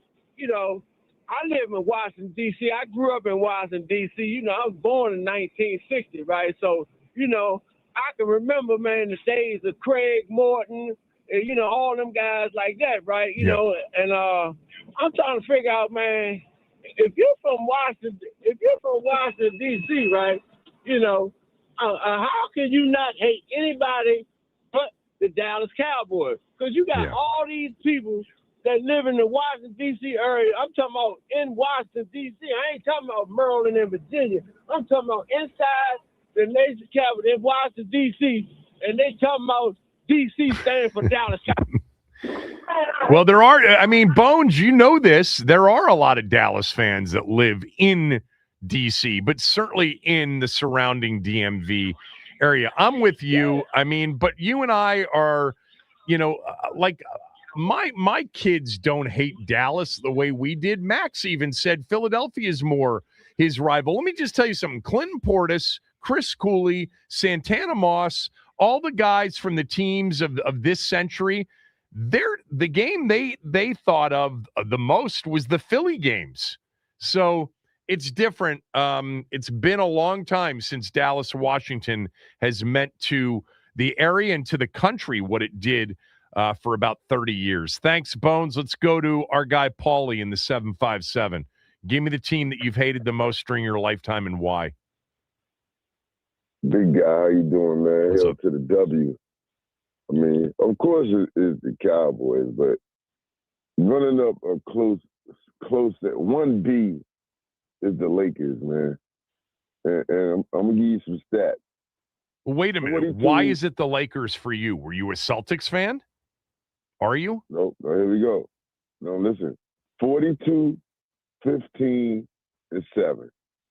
Magic against the Sixers. Magic and the Sixers, man. Hey, Dr. J was my first sports hero.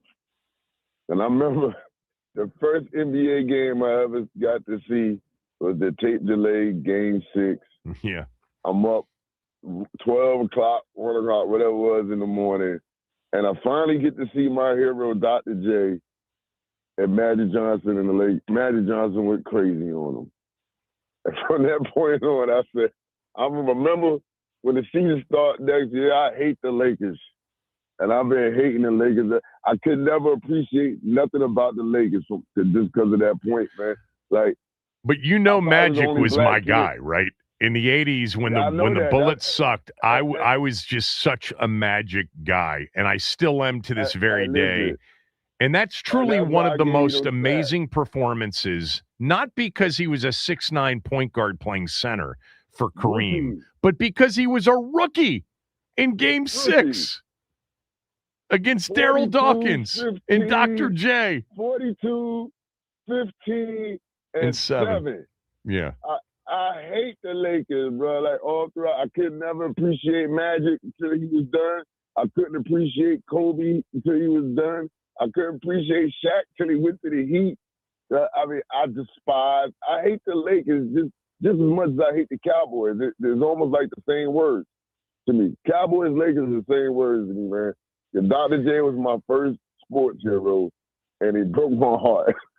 So Yeah. I hate the Lakers, bro, to this day, man. To this day, I hate the Lakers. I swear to God. I loved Magic, and I can just remember every single one of those playoff series in the 80s, staying up until late hours in the night watching them, against Golden State in a first-round series or second-round series. Man, Look, Magic. I was so happy when Sleepy Floyd gave him the business. Oh, remember that series? You remember that? Yeah. Had 51 in a game, that. I think it was 51. I think it was 51, yeah. Sleepy Floyd was giving them the business that one series, man. But, but they didn't win the series. Prevailed, but, I said, I hate the Lakers. 42, 15, and 7. As a rookie my hate for the next at 40 center. Years. He was a point guard who, because Kareem was out, played center. He got hurt. It's truly one of the greatest performances ever in NBA Finals, NBA playoffs history. All right, let me get in some other calls. Appreciate it, as always, Paulie. Dan in Alexandria. Dan, thanks so much for holding. Go ahead. Love your show, Kevin. Appreciate it. Hey, I grew up in Iowa City, Iowa in the 1950s. And in those days, the Big Ten was 10. And in those days, if you wanted to get to a bowl game in the Big Ten, you had to win the conference and go to the Rose Bowl, as I recall. There was no other way you were going to a bowl game. And so as a result of that, and as a result, I think, of the fact that the Big Ten made a rule that nobody could go to the Rose Bowl 2 years in a row, what happened was that Ohio State and Michigan alternated. Each team went every other year. So you can guess who my two least favorite teams are. Did you guys go to the Rose Bowl with Chuck Long at quarterback or not? Yes. Weren't you ranked number one that 1 year with Chuck Long? Yeah, we did. As a matter of fact, you're right. So that would be the exception to the rule. Okay. Yep. Who was the coach? Why am I blanking on who the coach was? The guy, old grizzled dude. Forrest Evashevsky. No. The head coach of those Iowa teams. Legend. I mean, you've had Kirk Ferentz for like 30 years, it seems like now. The guy before him. Well, I'm almost sure it was Evashevsky. No, that's not I guess we'd have to look it up. Hayden Fry. Was the coach. No, I think Evashevsky was before Fry, but well, yeah, but what I'm saying is when Chuck Long took Iowa to the Rose Bowl, Hayden Fry was the coach. Yeah, sorry. Yeah. Okay. Yeah, sorry. I must have misunderstood. Thanks, Dan. Paul, Athen, the team that you've hated, despised during your lifetime, and the reasons why. Real quick, it's two of them. It's because it's because of the edge they have on us over the last 26 years. They're like 36-16 against us, and they've beaten us 30 more times. Yeah, they've beaten us 30 more times. It's 81, 51, and 2 for the whole series, but most of that is the Snyder era, destroying, like you mentioned, there's not even a rivalry anymore. It's because they've owned us for the last 26 years.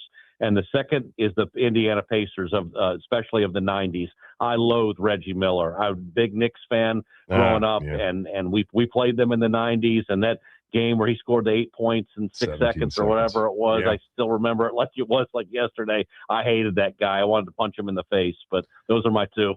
Yeah, thanks for that. It's interesting. I always loved Reggie Miller. Reggie Miller was one of the best moving without the basketball to, get open, to use screens. I don't think anybody used screens better than Reggie Miller. And then he was 6'8" and had the super quick release. And he was a killer, man. He was a stone cold killer. Mark and Largo, finish it up for us. Let's see if you can be coachable here. Give me the team during your lifetime that you despise the most and the reasons why. It goes by this, Kevin, and I said this a couple of weeks ago, December 16th, 1979. Yeah. The build up to that game all week as a kid, we were talking about that all week in school, and I know they were talking about it in your school all week. December 16th, 1979, it doesn't get any bigger than that. Being up 34-21 and losing that game, like I told you, that day, that was the only time in the world I cried for this team when the team lost. The only time, and that was it. The other team. Me too. I don't think there is no doubt that game was the most crushing and the most hurtful. And it happened so quickly, and the end came so suddenly. And it's like, wait a minute, we were just about to go to the Super Bowl as the 1 seed, and now we're not even in the playoffs. That was horrible. Horrible. Now let me tell you what's my 1B. And I hate to say it, Kevin, it's your son. You got 3 sons.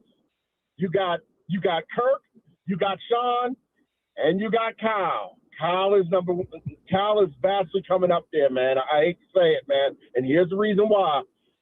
I'm hearing rumors on Instagram, on X, and everything. The reason why Brandon Ayuk. Why do you do this? Why do you do this? This is not the topic.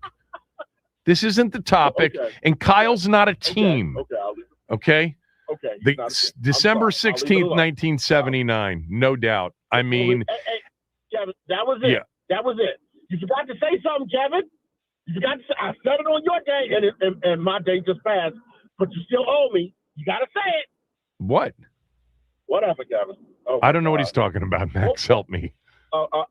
Happy birthday, Mark. Oh, happy birthday, Mark in Largo. Thank you, Max. Woo! On St. Patty's Day. So I won't forget it next year. No, it was on the 4th. It was on the 4th. It was 2 weeks ago. What? It was on March 4th? And you're lecturing me for not wishing you happy birthday 13 days after your birthday? No, I had to do that because I was talking about Kyle, but I had to throw that in there. But no, I'm gonna leave Kyle alone. But yeah, that Kevin, you know what you should do, man? Seriously. No, I don't know what I should do. What should I do, Mark? No, talk about when it's real low. Have your birthday reminder in my phone. I'm going to do that. No. March be in mine forever. No, I'm talking about the 79 game. The 79 game. Because a lot of these kids, Max don't know a damn thing about it unless you do. But if you bring it up on the air and talk about it and how it was and how the stats were that year, you're right. Joe Theismann had no receivers to throw to. None. I totally agree with you on that. No receivers to throw to. And that was back when Don Warren was a pass-catching tight end before he started to learn how to block. But, yeah, that is, my God, geez. Mark in Largo, annual reminder in my phone, March 4th, birthday. He's a Pisces just like me. All right, Mark, see ya. I got to roll. When we come back, there's breaking NFL news. There's also, speaking of Brandon Ayuk, some audio from George Kittle talking about the Ayuk situation in San Francisco. We'll get to brackets next hour as well. Kevin Sheehan Show, the Team 980 and the team980.com.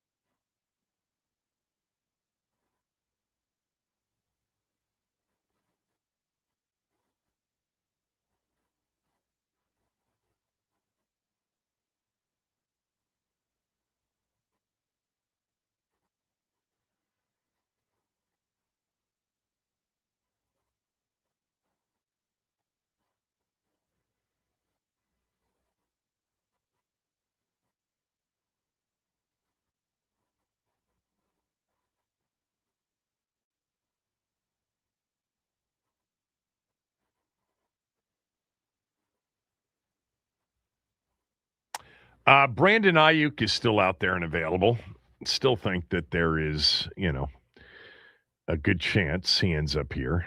Ben wouldn't really give a % chance. He said there's too much swirling around that's completely unknown. So I said, just go 50-50. And he reluctantly did. I'd still put it at slightly higher than 50-50. Maybe like 54-46, something like that. In part because there is a lot swirling out there, especially on social media, when it comes to the reasons why Brandon Ayuk's relationship completely deteriorated with the 49ers. And I'm going to get to George Kittle's explanation from his standpoint in a moment. And I've got another explanation to get to as well. So that's coming up in a few minutes. But there was a pretty decent-sized trade in the NFL here today. The Broncos traded for Miami Dolphins wide receiver Jalen Waddle in exchange for first, third, and fourth round picks in this year's draft. That's a lot of draft capital. They're getting a fourth rounder back. So really you kind of look at it and say, all right, it's a first and a third, even though their draft positions are different. Denver's more towards the end of the round. They were, in the final four this year. Man, a first and third for Jalen Waddle. I mean, look, the dude is an absolute home run threat with his speed. There is no doubt about it. He's missed some games here and there. And look, you could, kind of look at it and say the quarterbacking wasn't great with Tua. But you now look at a Denver Broncos roster. I mean, that's a lot of draft capital to give up to. Are you surprised? A first and a third, basically, for Waddle?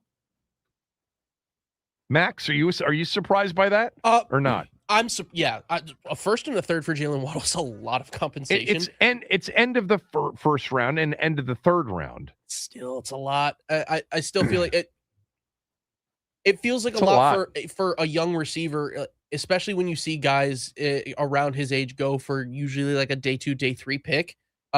Packaging that first it did make me kind of raise my eyebrows a little bit, like, oh, Denver's going for it here. Yeah, I mean, like Cortland Sutton, Jalen Waddle, and by the way, Marvin Mims Jr., who has unbelievable speed and game-breaking ability as well. They re-signed J.K. Dobbins. They've got that, the rookie from last year, R.J. Harvey, and they brought back Jaleel McLaughlin, who played pretty well for them.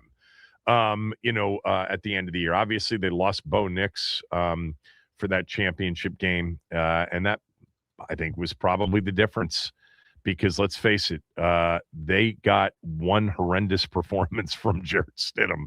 I mean, for a guy that everybody's believed in, he got his opportunity, and God, was he awful in that game. And the weather had something to do with it in the second half. But Jalen Waddle, a first and a third, really? It's a lot for Jalen Waddle. It seems like to me, but I guess it's the, positioning of the Denver picks in particular. Yeah. All right. So George Kittle, tight end 49ers, was on the Bussin' with the Boys podcast, which is Taylor Lewan and Will Compton. And Will Compton was here, remember, as a linebacker. Pretty good, I think, show. I've heard some of the clips from their show over the years, and I've seen them on that Greenberg show on ESPN. They're both pretty good. So they had Kittle on the show yesterday, and here's what Kittle said about Brandon Ayuk. Ayuk? What's the deal, man? Oh, let's see. Speak totally freely, uninhibited. Uninhibited. No one's listening to the show. No one's listening to the show. Driving by stadiums at 98 miles an hour. Yeah, I don't know about that. The last time I saw Ayuk was because he was kind of at training camp, kind of not. And then he was like in and out of the building throughout like those first couple of weeks. And I started going out to like see him like in the weight room because he didn't go into the locker room with the trainer room anymore. So he would just go to the weight room to do his rehab. And was this like the whole, like a holdout thing he was doing? No, this was this past year. Like he was under contract. This was the year after. This was this past season. So there was no holdout or anything like that. And I just got there and talked to him because I didn't go to meetings or anything like that. And so I was like, I just talked to him like, hey, let him know that, hey, I'm your guy. Like, just let him know I love you. And then literally like I started doing that call week 6. I don't really know what week it was. And then literally a week later, that story came out, like all the crazy stuff. And then I didn't see him again. Really? Yeah. So like, I don't like, that's not something I bring up to like John Lynch and Kyle Shanahan very often. I like that's on you guys. And I just try to be there for the players if there's something going on. Cause you know, like you always want to be there for the boys, but like, I don't know. I don't know. I don't know what's going on with Brandon. Like, I don't know what he's thinking about or, you know, what he's thinking. So I really have no idea. Yeah. It's hard when you see a guy struggling and you don't know all the pieces and you just want to help. Yeah. Like hey man, like we played together for 4 years now. Like, I love you. I love playing football with you. How can I help? And then like literally 2 days later, the article comes out and I don't see him again. So just like, all right. Yeah. He did text me though after I got hurt. Did he? Yeah. Said thinking of you. Good teammate. Said thanks, dude. Good teammate. That was yeah. So I haven't really talked to him. So like I really don't know. No clue.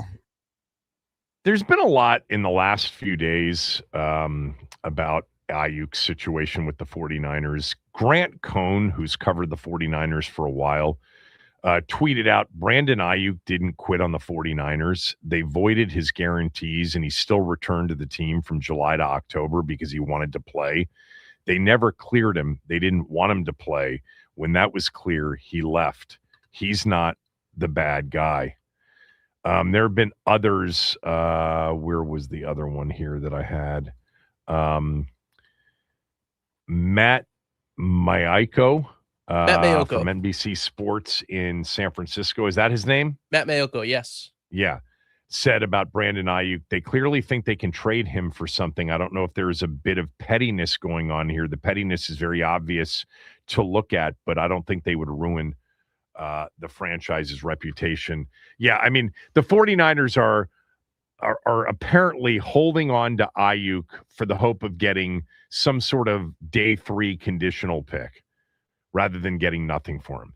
The problem with that, and I've explained this before, is that his salary would convey, his contract would convey with a trade. Whereas if he got released, you're tearing up the contract and you're creating a new one. His current contract, just so everybody understands, I'm just pulling it up via Spot Track, has him making a base salary in 2027 of $27.3 million. And then in 2028, a base salary of $29.1 million. There is no way, I don't think, on God's green earth, that any team is going to inherit that contract via a trade. It seems absurd to me. Didn't we talk about this because Bill Barnwell or somebody wrote about it at ESPN a while back and said, the idea that anybody at this point, no matter what the story is, would trade for Brandon Ayuk and assume that $120 million deal that the 49ers paid him for 4 years and have $27 million on the books in the form of a base salary for 2027, it's just not going to happen. So, you know, the reason something like that would happen is if, you know, there wasn't crazy around labeling him right now. There wasn't a major injury that he's coming off of. And then you've got many teams that are interested and they don't want to take the chance that they're not the team that'll be able to sign him when he gets released. And so they're willing to part with a pick to acquire the player and his existing contract. But that's not the case here. Regardless of what people are saying, there's still a lot to this story. Always his side, her side, the truth, somewhere in between, typically with these things. And, you know, we had Dante Whitner on the show last week. He is a former player, a former 49er. He does a podcast on the 49ers, covering the 49ers with Hall of Fame linebacker Patrick Willis. And he all but implied that Brandon Ayuk needs therapy. psychological therapy. That nobody does what he did, hand over $30 million, just give it back to him. I mean, no matter what Grant Cohn says, and I can appreciate the people that are close to it that say, look, the 49ers were a culprit in this thing too. But all he had to do, nobody's debated that all he had to do was show up bi-monthly for rehab checks from their doctors, because he did his rehab outside of the organization, to basically collect $30 million and have it not contractually be able to void. At the very least, you would say, no matter how much the team may have screwed him and how much he's hurt by the team, it's bad judgment to throw away $30 million in guarantees and give them the opportunity to void those guarantees. This is going to be a really interesting situation to see how long the 49ers sort of hang in there with respect to, trying to get something for him. I mean, they'd need an unbelievable market to develop around him for anybody to acquire that contract, unless they traded him and they said, we'll eat half the contract. Because here's the what I've been reading, Dante Whitner talked about somewhere in the neighborhood of it. I think, didn't he mention like 14 million guaranteed in a prove it deal? I've seen more in the way of 6, 7, 8 million in guaranteed, and the rest through incentives. He's going to get some guaranteed money to play. He's going to get some guaranteed money to play, because if he's cut, there will be some competition for him.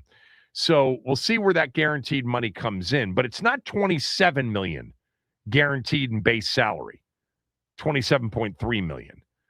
It's, let's just call it between 7 and 12, and then a lot of incentives that could get him up to like 30 for the year, depending on how he plays. I just don't see the 49ers, as far as like the organization, looking bad by holding on to him. I mean, that's a matter of your perspective. Like, if your perspective is this guy really screwed them, you can't blame him. If your perspective is they really screwed him, then it's petty. If your perspective is the truth lies somewhere in between, I'd still come to the conclusion that nobody's going to pay him $27 million next year. You're not going to get a day 3 pick for him. So let's move on. Cut, bait here. And who cares whether or not you're doing him a favor or not? The bottom line is you're not going to, even if he were to sign with somebody after the draft, because they release him after the draft, after they didn't get any picks for him, on the first 3 days of the draft, via a trade, he hasn't missed much at that point. Joining a team on May 1st doesn't hurt him. Joining a team in August hurts him a little bit. You want to be with that new team throughout the offseason. We'll see. Remember, not that it's the same group, because it's a different group. But if the 49ers believe that he's heading to Washington, based on what happened in 2017, that would be petty, but revenge on some level, not at the same level. But the reason that Dan and Bruce didn't trade Kirk Cousins before his second franchise tag year to the 49ers for a boatload of compensation, which would have been at minimum a first rounder and a night 2 pick. Jay Gruden swears it was multiple first rounders. They didn't do it because they didn't want him to reunite with the Shanahans. I mean, we got a long list of the incompetence and the stupidity and the pettiness, and just the low maturity, low IQ operation of the team. But that's near the top of the list when it comes to just pure football. The fact that they had a guy that they were not going to be able to sign after 2017. They weren't going to win the Super Bowl in 2017. And they could have gotten a boatload by just trading him to the 49ers, but they wouldn't do it because they hated the Shanahans so much. Can't make it up. We never could during those years. Never could. There were a couple of mock draft updates. Mel Kiper had his, and Ben Standig had his mock draft 5.0, and he changed it up a bit for the first time. We'll go over the latest Washington number 7 mocks when we come back. We'll also start to fill out some brackets before the end of the show as well. Kevin Sheehan Show, the Team 980, the team980.com. Don't forget that if you are in the market for new windows, Window Nation is the place that I highly recommend. Obviously, I've been working with Window Nation for 17 years, endorsing them, have become very friendly with them, have many friends and family members that have had windows installed by Window Nation over the years, including yours truly. Love the people at Window Nation. All I ask is if you've been thinking about swapping out old windows for new windows, increase the efficiency of your windows, decrease your heating and air conditioning bills, and make your home look nicer, just give Window Nation a chance to come out and give you a free estimate. That's all they want to do. They want to come out, look at what you got. They'll tell you which windows actually need to be replaced. They'll leave you with a quote, and then you can make up your own mind. But call them at 866-90-NATION or go to windownation.com and say, I want a free estimate. Kevin told me I could get a free estimate for whenever it's convenient for me. I'd like to schedule it for, next Thursday between 3 and 4 o'clock, and they will work with you to make sure it's convenient for you.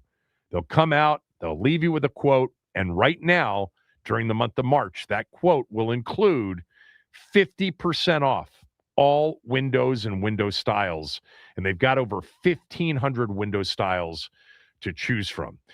Be sure to ask Window Nation about their financing options, including $0 down and payments as little as $199 a month. But replacing those old builder-grade windows with custom-built, high-quality, super efficient new windows from Window Nation will ensure that your utility bills go down, all the while you're paying half price with 50% off. WindowNation.com or 866-90-NATION.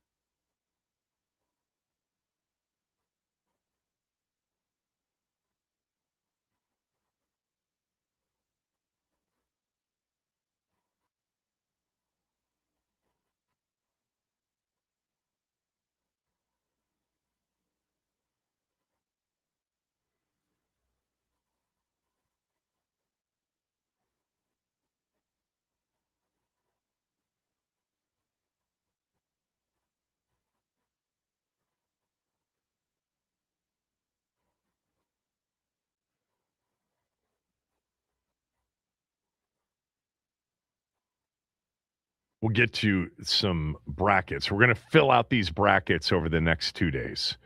So they will be up on ESPN's bracket contest within our little group for the show. And Max will walk you through how to do that. I've also got the first smell test of March Madness for a game tonight. But 2 mock drafts out today, updated out today. The great Mel Kiper has put out his latest version of the mock draft. I don't even know what version that would be for him at this point. 3.0? Might be 3.0. And then, of course, a multi-time mock draft champion, Ben Standig, has updated his mock draft 5.0, his 5th mock draft, and a new player for Washington at number 7 for Ben. Let me go through Kiper's first. He's got Mendoza, number 1 to the Raiders. He's got David Bailey, number 2. He's my favorite player for Washington. Bailey would be, but nobody now has Bailey being mocked beyond like 3 or 4. So that wasn't the case when we first started talking about it. I think if you turn the tape on David Bailey, it's insane what he was for Texas Tech. Number 2, Bailey to the Jets. Arvell Reese, 3 to Arizona. And then Jeremiah Love, number 4 to Tennessee in Kiper's latest mock draft. He would be the highest drafted running back since Saquon Barkley in 2018 went number 2 overall. Tennessee has, Cam Ward, and, a couple of pieces here and there, but they really want to build around Cam Ward offensively. I think the only running back they have for new OC Brian Dable is Tony Pollard. And then the Giants, Kiper has going Caleb Downs at safety. And then Freeling, the offensive tackle from Georgia to Cleveland at number 6. And then at number 7, and let me give you the people who would be on the board at number 7 based on his first 6. Reuben Bain would be on the board. Carnell Tate would be on the board. Mansour Delane, the corner from LSU, who's really gaining some steam, would be on the board. And Sonny Styles would be on the board. And that's who Mel Kiper has Washington selecting at number 7. Sonny Styles, linebacker, Ohio State. He writes, the Commanders couldn't stop anybody last year. True. And linebacker Bobby Wagner appears to be headed elsewhere as a free agent. Bringing in Styles, my number 6 prospect, regardless of position, to team up with Frankie Louvu and new addition Leo Chenal makes some sense. After a 77 tackle season, Styles posted, I think everybody knows he had just an insane combine. He posted an incredible 43.5-inch vertical jump, a glimpse into his explosion. Washington needs good ball players, and Styles is just that.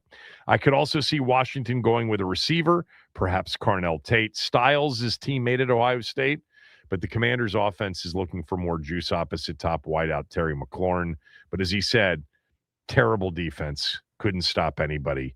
He's got Sonny Styles going to Washington at 7, and then Carnell Tate, Ohio State wide receiver, to the Saints at 8. By the way, a Tate-Olave combination would be pretty damn good for Tyler Shuck. Reuben Bain to Kansas City at 9, and Delane, the corner from LSU, to Cincinnati at 10. Now, Ben's latest mock goes Mendoza, Reese, the tackle from Miami, Mawoga, at number 3. Then Bailey to Tennessee at 4. Sonny Styles to the Giants at 5. Carnell Tate to Cleveland at 6. That would leave on the board Reuben Bain, Caleb Downs, and Jeremiah Love. And Ben, in his latest mock draft, selects at number 7, running back Notre Dame, Jeremiah Love. Here's what Ben writes. Washington's list of roster needs is uncomfortably long for a team 1 year removed from the NFC Championship game. I wrote in Mock 1 that after signing Owe, Okonkwo, Chenal, De'Ami Brown, and others, that list shrank considerably in terms of roster needs. Enough, in fact, that the Commanders can enter the first round open to almost anything. That's an easy case for any of the players projected from picks 2 to 6, other than the tackle from Miami. Styles is perhaps the best fit, considering Mike linebacker is arguably the main lineup question in the front seven. That's true because, we're not giving, I don't think, the Mike responsibilities to Chenal or Luvu. So it's either maybe Bobby Wagner coming back or maybe a Sonny Styles. We'll see. Or a Jordan McGee. But he writes, Tate, that would arguably, satisfy the main lineup question in the front seven.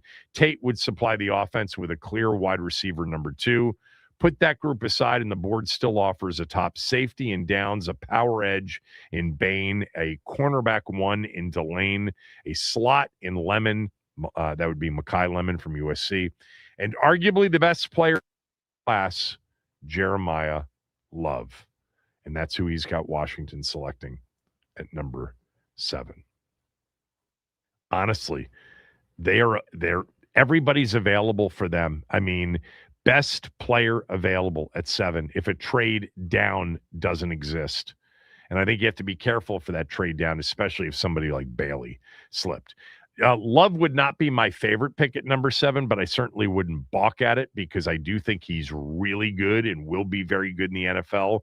I just want, that back, if he's selected at number 7, to be something approaching Bijan Robinson, and I don't think Jeremiah Love's going to be that. I don't think he's got that vision, that jump cut, that quick cut, that between the tackles, make everybody miss ability. I love his straight line speed. I love everything about him. I love his possibilities out of the backfield as a receiver. I think he's going to be great. I've described him this way over and over again. He's Josh Jacobs, but with home run speed, true breakaway elite level speed as a football player. So there you go. Updates on mock drafts. We got a long way to go, although not as much time as we think. It'll be a month and about 5 weeks from Thursday. I think it's 5 weeks from Thursday. Will be night 1 of the NFL draft in Pittsburgh, 1 year before it arrives in Washington. But man, I think everything's possible here. Max, Styles. I mean, I think if Bailey dropped, that would be the home run. But if you assume that Bailey and Reese are gone, and maybe even Downs, I mean, Styles, Tate, Love, they need a number 1 corner. I mean, we don't know that Trey Amos is a number 1 corner yet. And Delane certainly looks to be that in this draft. We'll see. All right, when we come back, we'll get started on brackets, filling them out. We'll do 2 regions today, and then I'll finish up the show with the first March Madness smell test. We'll do that after this. Kevin Sheehan Show, the Team 980 and the team980.com.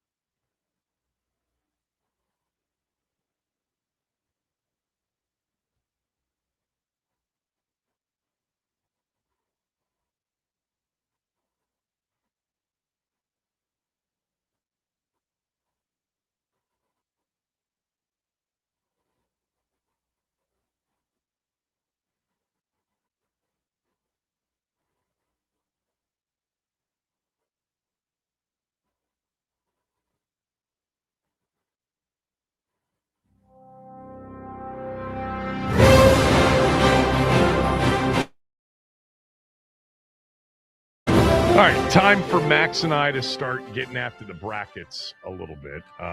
The ESPN Tournament Challenge, we are going to create our own little thing where you'll be able to access our picks by what? By tomorrow night, because we'll have them up by tomorrow night, right? Yeah, we'll have them done by the end of the show tomorrow. tomorrow. 2 brackets today, 2 brackets tomorrow. Yep, we'll have them done by the end of the show tomorrow. The link is already up on the Team 980 Twitter, so if you do want to get your picks in early, feel free, go right ahead. Just type in the Team 980 TEAM 980 as the password to get into the Kevin Sheehan Show Bracket Challenge. Okay, so let's start with the right side of the bracket, which is the West, the West Regional, and then the Midwest Regional. And the reason we're starting with those is the 2 first 4 games are tonight. So we'll start with the West, where Arizona's the 1 seed. They're playing Long Island. I certainly don't see any threat of a 16-1. Arizona's loaded, by the way, absolutely loaded. This is I love this region because the team that I might root for more than any other is Purdue, because I'm a big Matt Painter fan. I'd love to see him finally win it all. I think Kelvin Sampson and Purdue are the 2 teams that I've got a significant rooting interest in. I'd love to see a Purdue-Arizona final. But Arizona easily over Long Island. I'm assuming you have the same. Yeah, as much as I would like to pick a 16-1, I simply can't do it. Arizona is one of the few college basketball teams I've watched a full game of this year. They're absolutely dominant out there on the floor. So, yeah, they're loaded. Give me Arizona. All right, the next game, this is an 8-9 game. Look, 9s beat 8s like 55% of the time. And actually, Utah State's favored over Villanova. I've actually watched Villanova a lot. They've got a very good backcourt. I love guard play this time of year in particular. I'm going to take Kevin Willard's Villanova team to advance into a second-round game over Arizona. I think it's an interesting matchup for sure. Utah State, Cooley's alma mater, man, they've been in the tournament a lot, actually, over the years. But I'm going to go Nova here just because I love the backcourt, the Villanova backcourt. Give me Utah State. I'm just going to fade. This is partially a fade play. This is partially just, this is March, and I'm going to pick a 9 seed over an 8 here. Give me Utah State. You're taking Utah State over. Let me just say this about Villanova's backcourt in particular. They've got a local player who's played very good. He actually probably would have been at Maryland, Caden Lewis, had Willard been the coach. But he has really, really played well. Number 55, a lefty, freshman, averaged 12.3 points per game. They've just got guards that can really do it. So I'm going Nova in that one. Next up, Wisconsin at High Point. Yesterday with Patrick Stevens, I asked him about sort of the coaching perception of Greg Gard. I know that a lot of people like this High Point team and are giving them a chance in this 12-5. Not me. I'll take Wisconsin. By the way, they'll probably end up being a smell test pick before their game on Thursday. It seems like everybody loves High Point for some reason. Give me Wisconsin in this game. 5 over 12.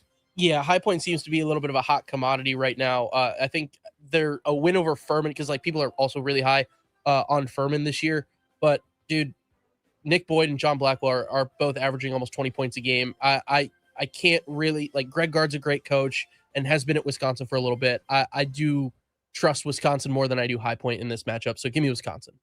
Yeah, you mentioned Blackwell and Boyd, another backcourt that's just outstanding. All right, next up, we get the 4 seed Arkansas and the 13 seed Hawaii. I've been seeing some really good things about Hawaii, but I actually think there's a chance Darius Acuff could almost be the Walter Clayton of last year's tournament, but as a freshman, as a true freshman, he has just been on fire recently. This guy, by the time we get to the NBA draft, people are going to make the case for him as the 3rd best player in the draft.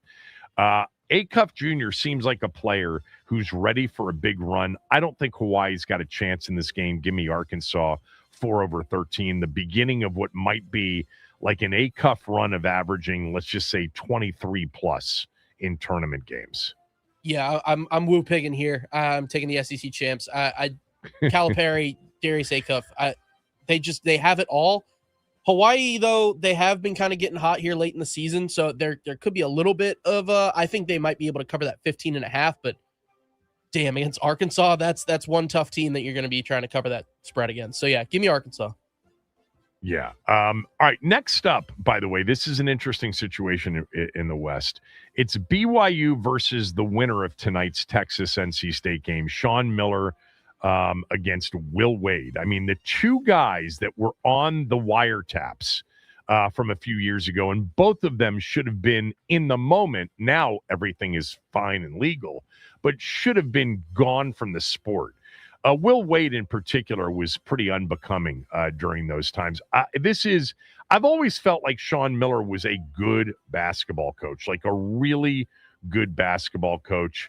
I'm going to say that Sean Miller in Texas get by NC State to face BYU, but then I'll go DeBonsa and BYU for at least a round. They're not the most impressive overall team, but I could see DeBonsa carrying BYU to at least one win. Yeah, I'm kind of with you on that. I do think BYU's been kind of struggling here late to come down the stretch of this season.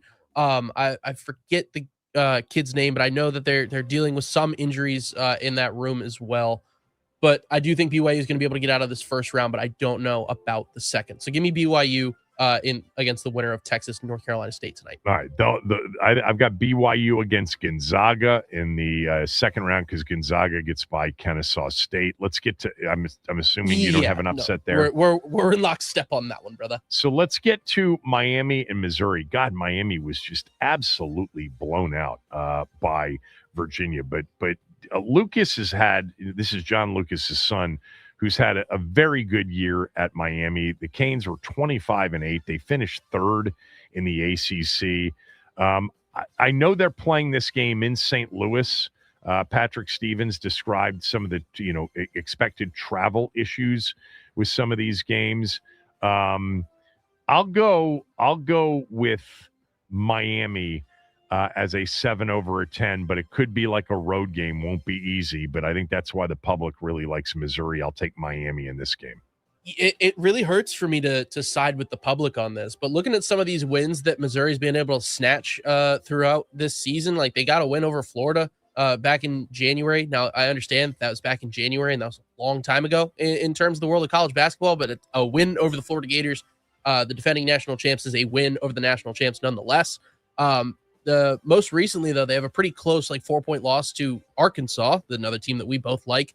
And the SEC has just been really competitive as a whole this year. So I think I'm going to go with Missouri on this one, Kev. Yeah, I'm just looking at what I was sent here before the show on some of the numbers.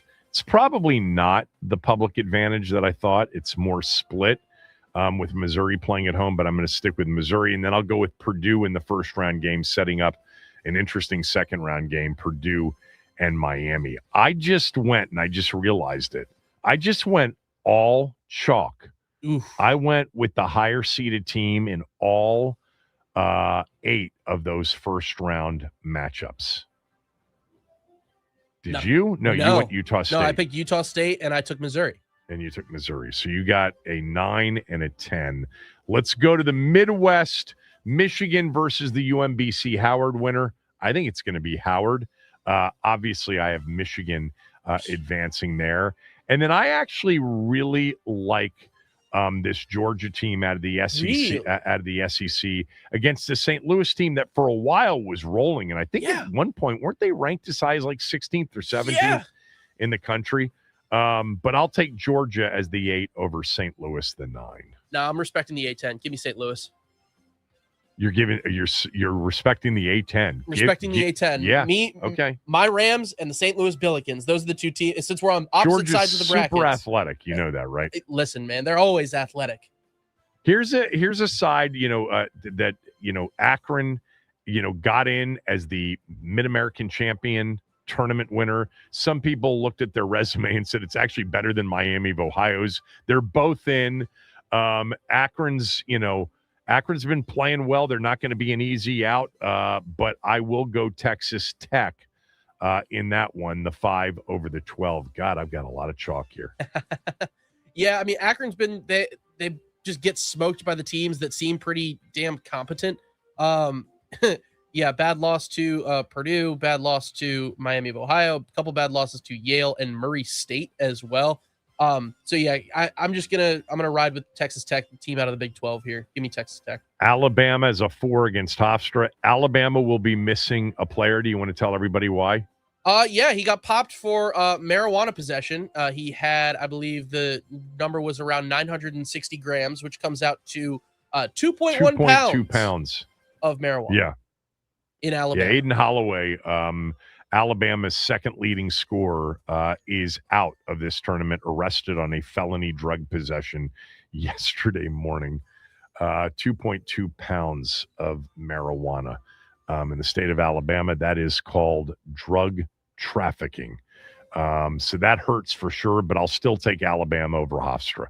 Yeah, no, I'm still taking Bama. I think they make a little bit of a run, but I do think that they're going to get stymied here in the Sweet 16. So the Miami SMU game, the winner of that game, both of those teams are going to give Tennessee a tough game. Mm-hmm. Jacoby Gillespie, who was a Terp last year, starting point guard, has played well for Tennessee. He's got some tournament experience. I love the way, obviously, a Rick Barnes team defends. I'll go Tennessee here, but I could see this being a close game, but I'll take the 6th seed. Yeah, I do agree that it's going to be close. I mean, but Tennessee's got some wins over some teams that I really, really respect, like Houston. And honestly, this Vanderbilt team that's been pretty hot as of late.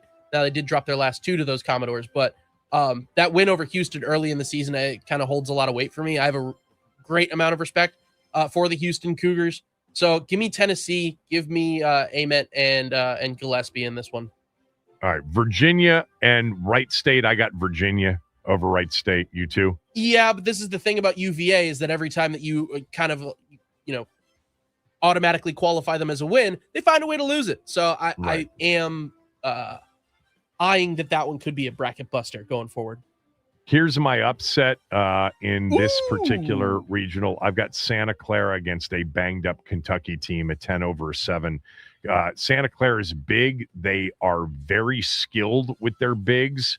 I like Santa Clara over Kentucky at 10 over 7 in the first round. Damn, I'm kind of waffling back and forth on this one because every time I've talked or listened to a Kentucky fan talk about their team this year, it's just been like, bro, we are completely unserious. Do not expect anything out of us. Don't expect anything out of Mark Pope or anybody like that. So I think I'm going to ride Santa Clara with you on this one. All right. Let's go. Yeah, let's do it. Let's fade Kentucky. All right. Iowa State, Tennessee State. We both, I'm assuming, have Iowa State advancing. Give me the Cyclones. All right, let's get through we kind of forgot here with the time that we got to get through the rest of the bracket. Little bit. Back to the West, I'll take Arizona over Villanova in a second round game. Arkansas over Wisconsin in what could be a great second round game. Blackwell versus Acuff Jr. What a battle that will be. Gonzaga over a BYU team that even with DeBonsa, I haven't been super impressed with. And I really like Purdue. Lawyers and Smith, that guard, combination, guards in the tournament, especially experienced guards in the tournament, that sets up for me Arizona, Arkansas, Gonzaga, Purdue in the Sweet 16. What do you have? Yeah, so I've got the same Sweet 16 matchups as you. I do have Arizona advancing over Utah State, Arkansas beating Wisconsin, Gonzaga beating BYU, and Purdue prevailing over Missouri. I think one of the best games of the tournament could be Arizona-Arkansas in that Sweet 16, and I'm going Calipari and Acuff to advance as a 4 seed against Purdue, but that's where it ends for Arkansas. Purdue's into the Final Four. Okay. I got Arizona going all the way to the Final Four. I got Purdue beating Gonzaga and then ending their title run there. Because Purdue, Matt Painter, they always find a way to lose to a team that they shouldn't. But Arizona's probably one that they should. St. Peter's isn't in this draw. Michigan and Georgia. I've got Michigan. Boy, there will be some athleticism on the floor. This is not going to be a great game because of the injury or the expulsion, I guess, of the Alabama player. I'll go I'll still take Nate Oates to get by Texas Tech and into the Sweet 16 with a lesser team. I like Virginia. I like the way this team plays. Their shot blocking ability with that big number 33 is insane. That game could be 58-56. And then I'll go Iowa State over Santa Clara, but look out for Santa Clara. They've got skilled bigs, but that sets up a chalk Sweet 16 for me. What's your Sweet 16? So my Sweet 16 just looks a little bit different. So I got Michigan over St. Louis, Alabama advancing past Texas Tech. But then I have Tennessee advancing over Virginia. Every March, Virginia comes around and they'll either make a big run or they will flame out early. And I think this is probably going to be one of those where they end up exiting the first weekend. So give me Tennessee, give me Ament, give me Gillespie. And yeah, I think Vols are going to make it into the Sweet 16. And then after them, I got Iowa State beating Santa Clara to also advance. And then getting into the, or do you want to talk Elite Eight or do we want to? Yeah. I've got Michigan and Virginia, 1 versus 3 in the Elite Eight with Michigan advancing to the Final Four. And I've got an all Big Ten matchup on one side, Purdue versus Michigan. It's a rematch of the just finished Big Ten tournament title game. That's my Final Four on that side of the bracket. So my Final Four looks like I got Michigan advancing over Iowa State. So Arizona and Michigan will be the Final Four matchup. 2 number ones. I got a 1 and a 2. We'll do the other side of the bracket on tomorrow's show. I am giving out Howard tonight, which, by the way, right now, my God, look at what's happening with this game. There's a lot of action on Howard UMBC. Howard's now a 1-point favorite. If I gave it out at the beginning of the show, I would have had Howard plus 1.5. Let me just see what the best number I can get on this game is right now. I'm going to take the best number. Okay. I still see in a couple of spots, I still see Howard at plus 1 in a couple of places, but they're also even and -1. So I'm going to take Howard plus 1 as the first smell test tonight pick against UMBC. A lot of sharp money on Howard, Publix on UMBC, thinking that this is the 16 team that beat the 1-seeded Virginia team from all the way back in, what year was that? 2018? 2018? Like that, yeah. Virginia won it in 19, right? Yep. All right, we're done for the day. Chris is next.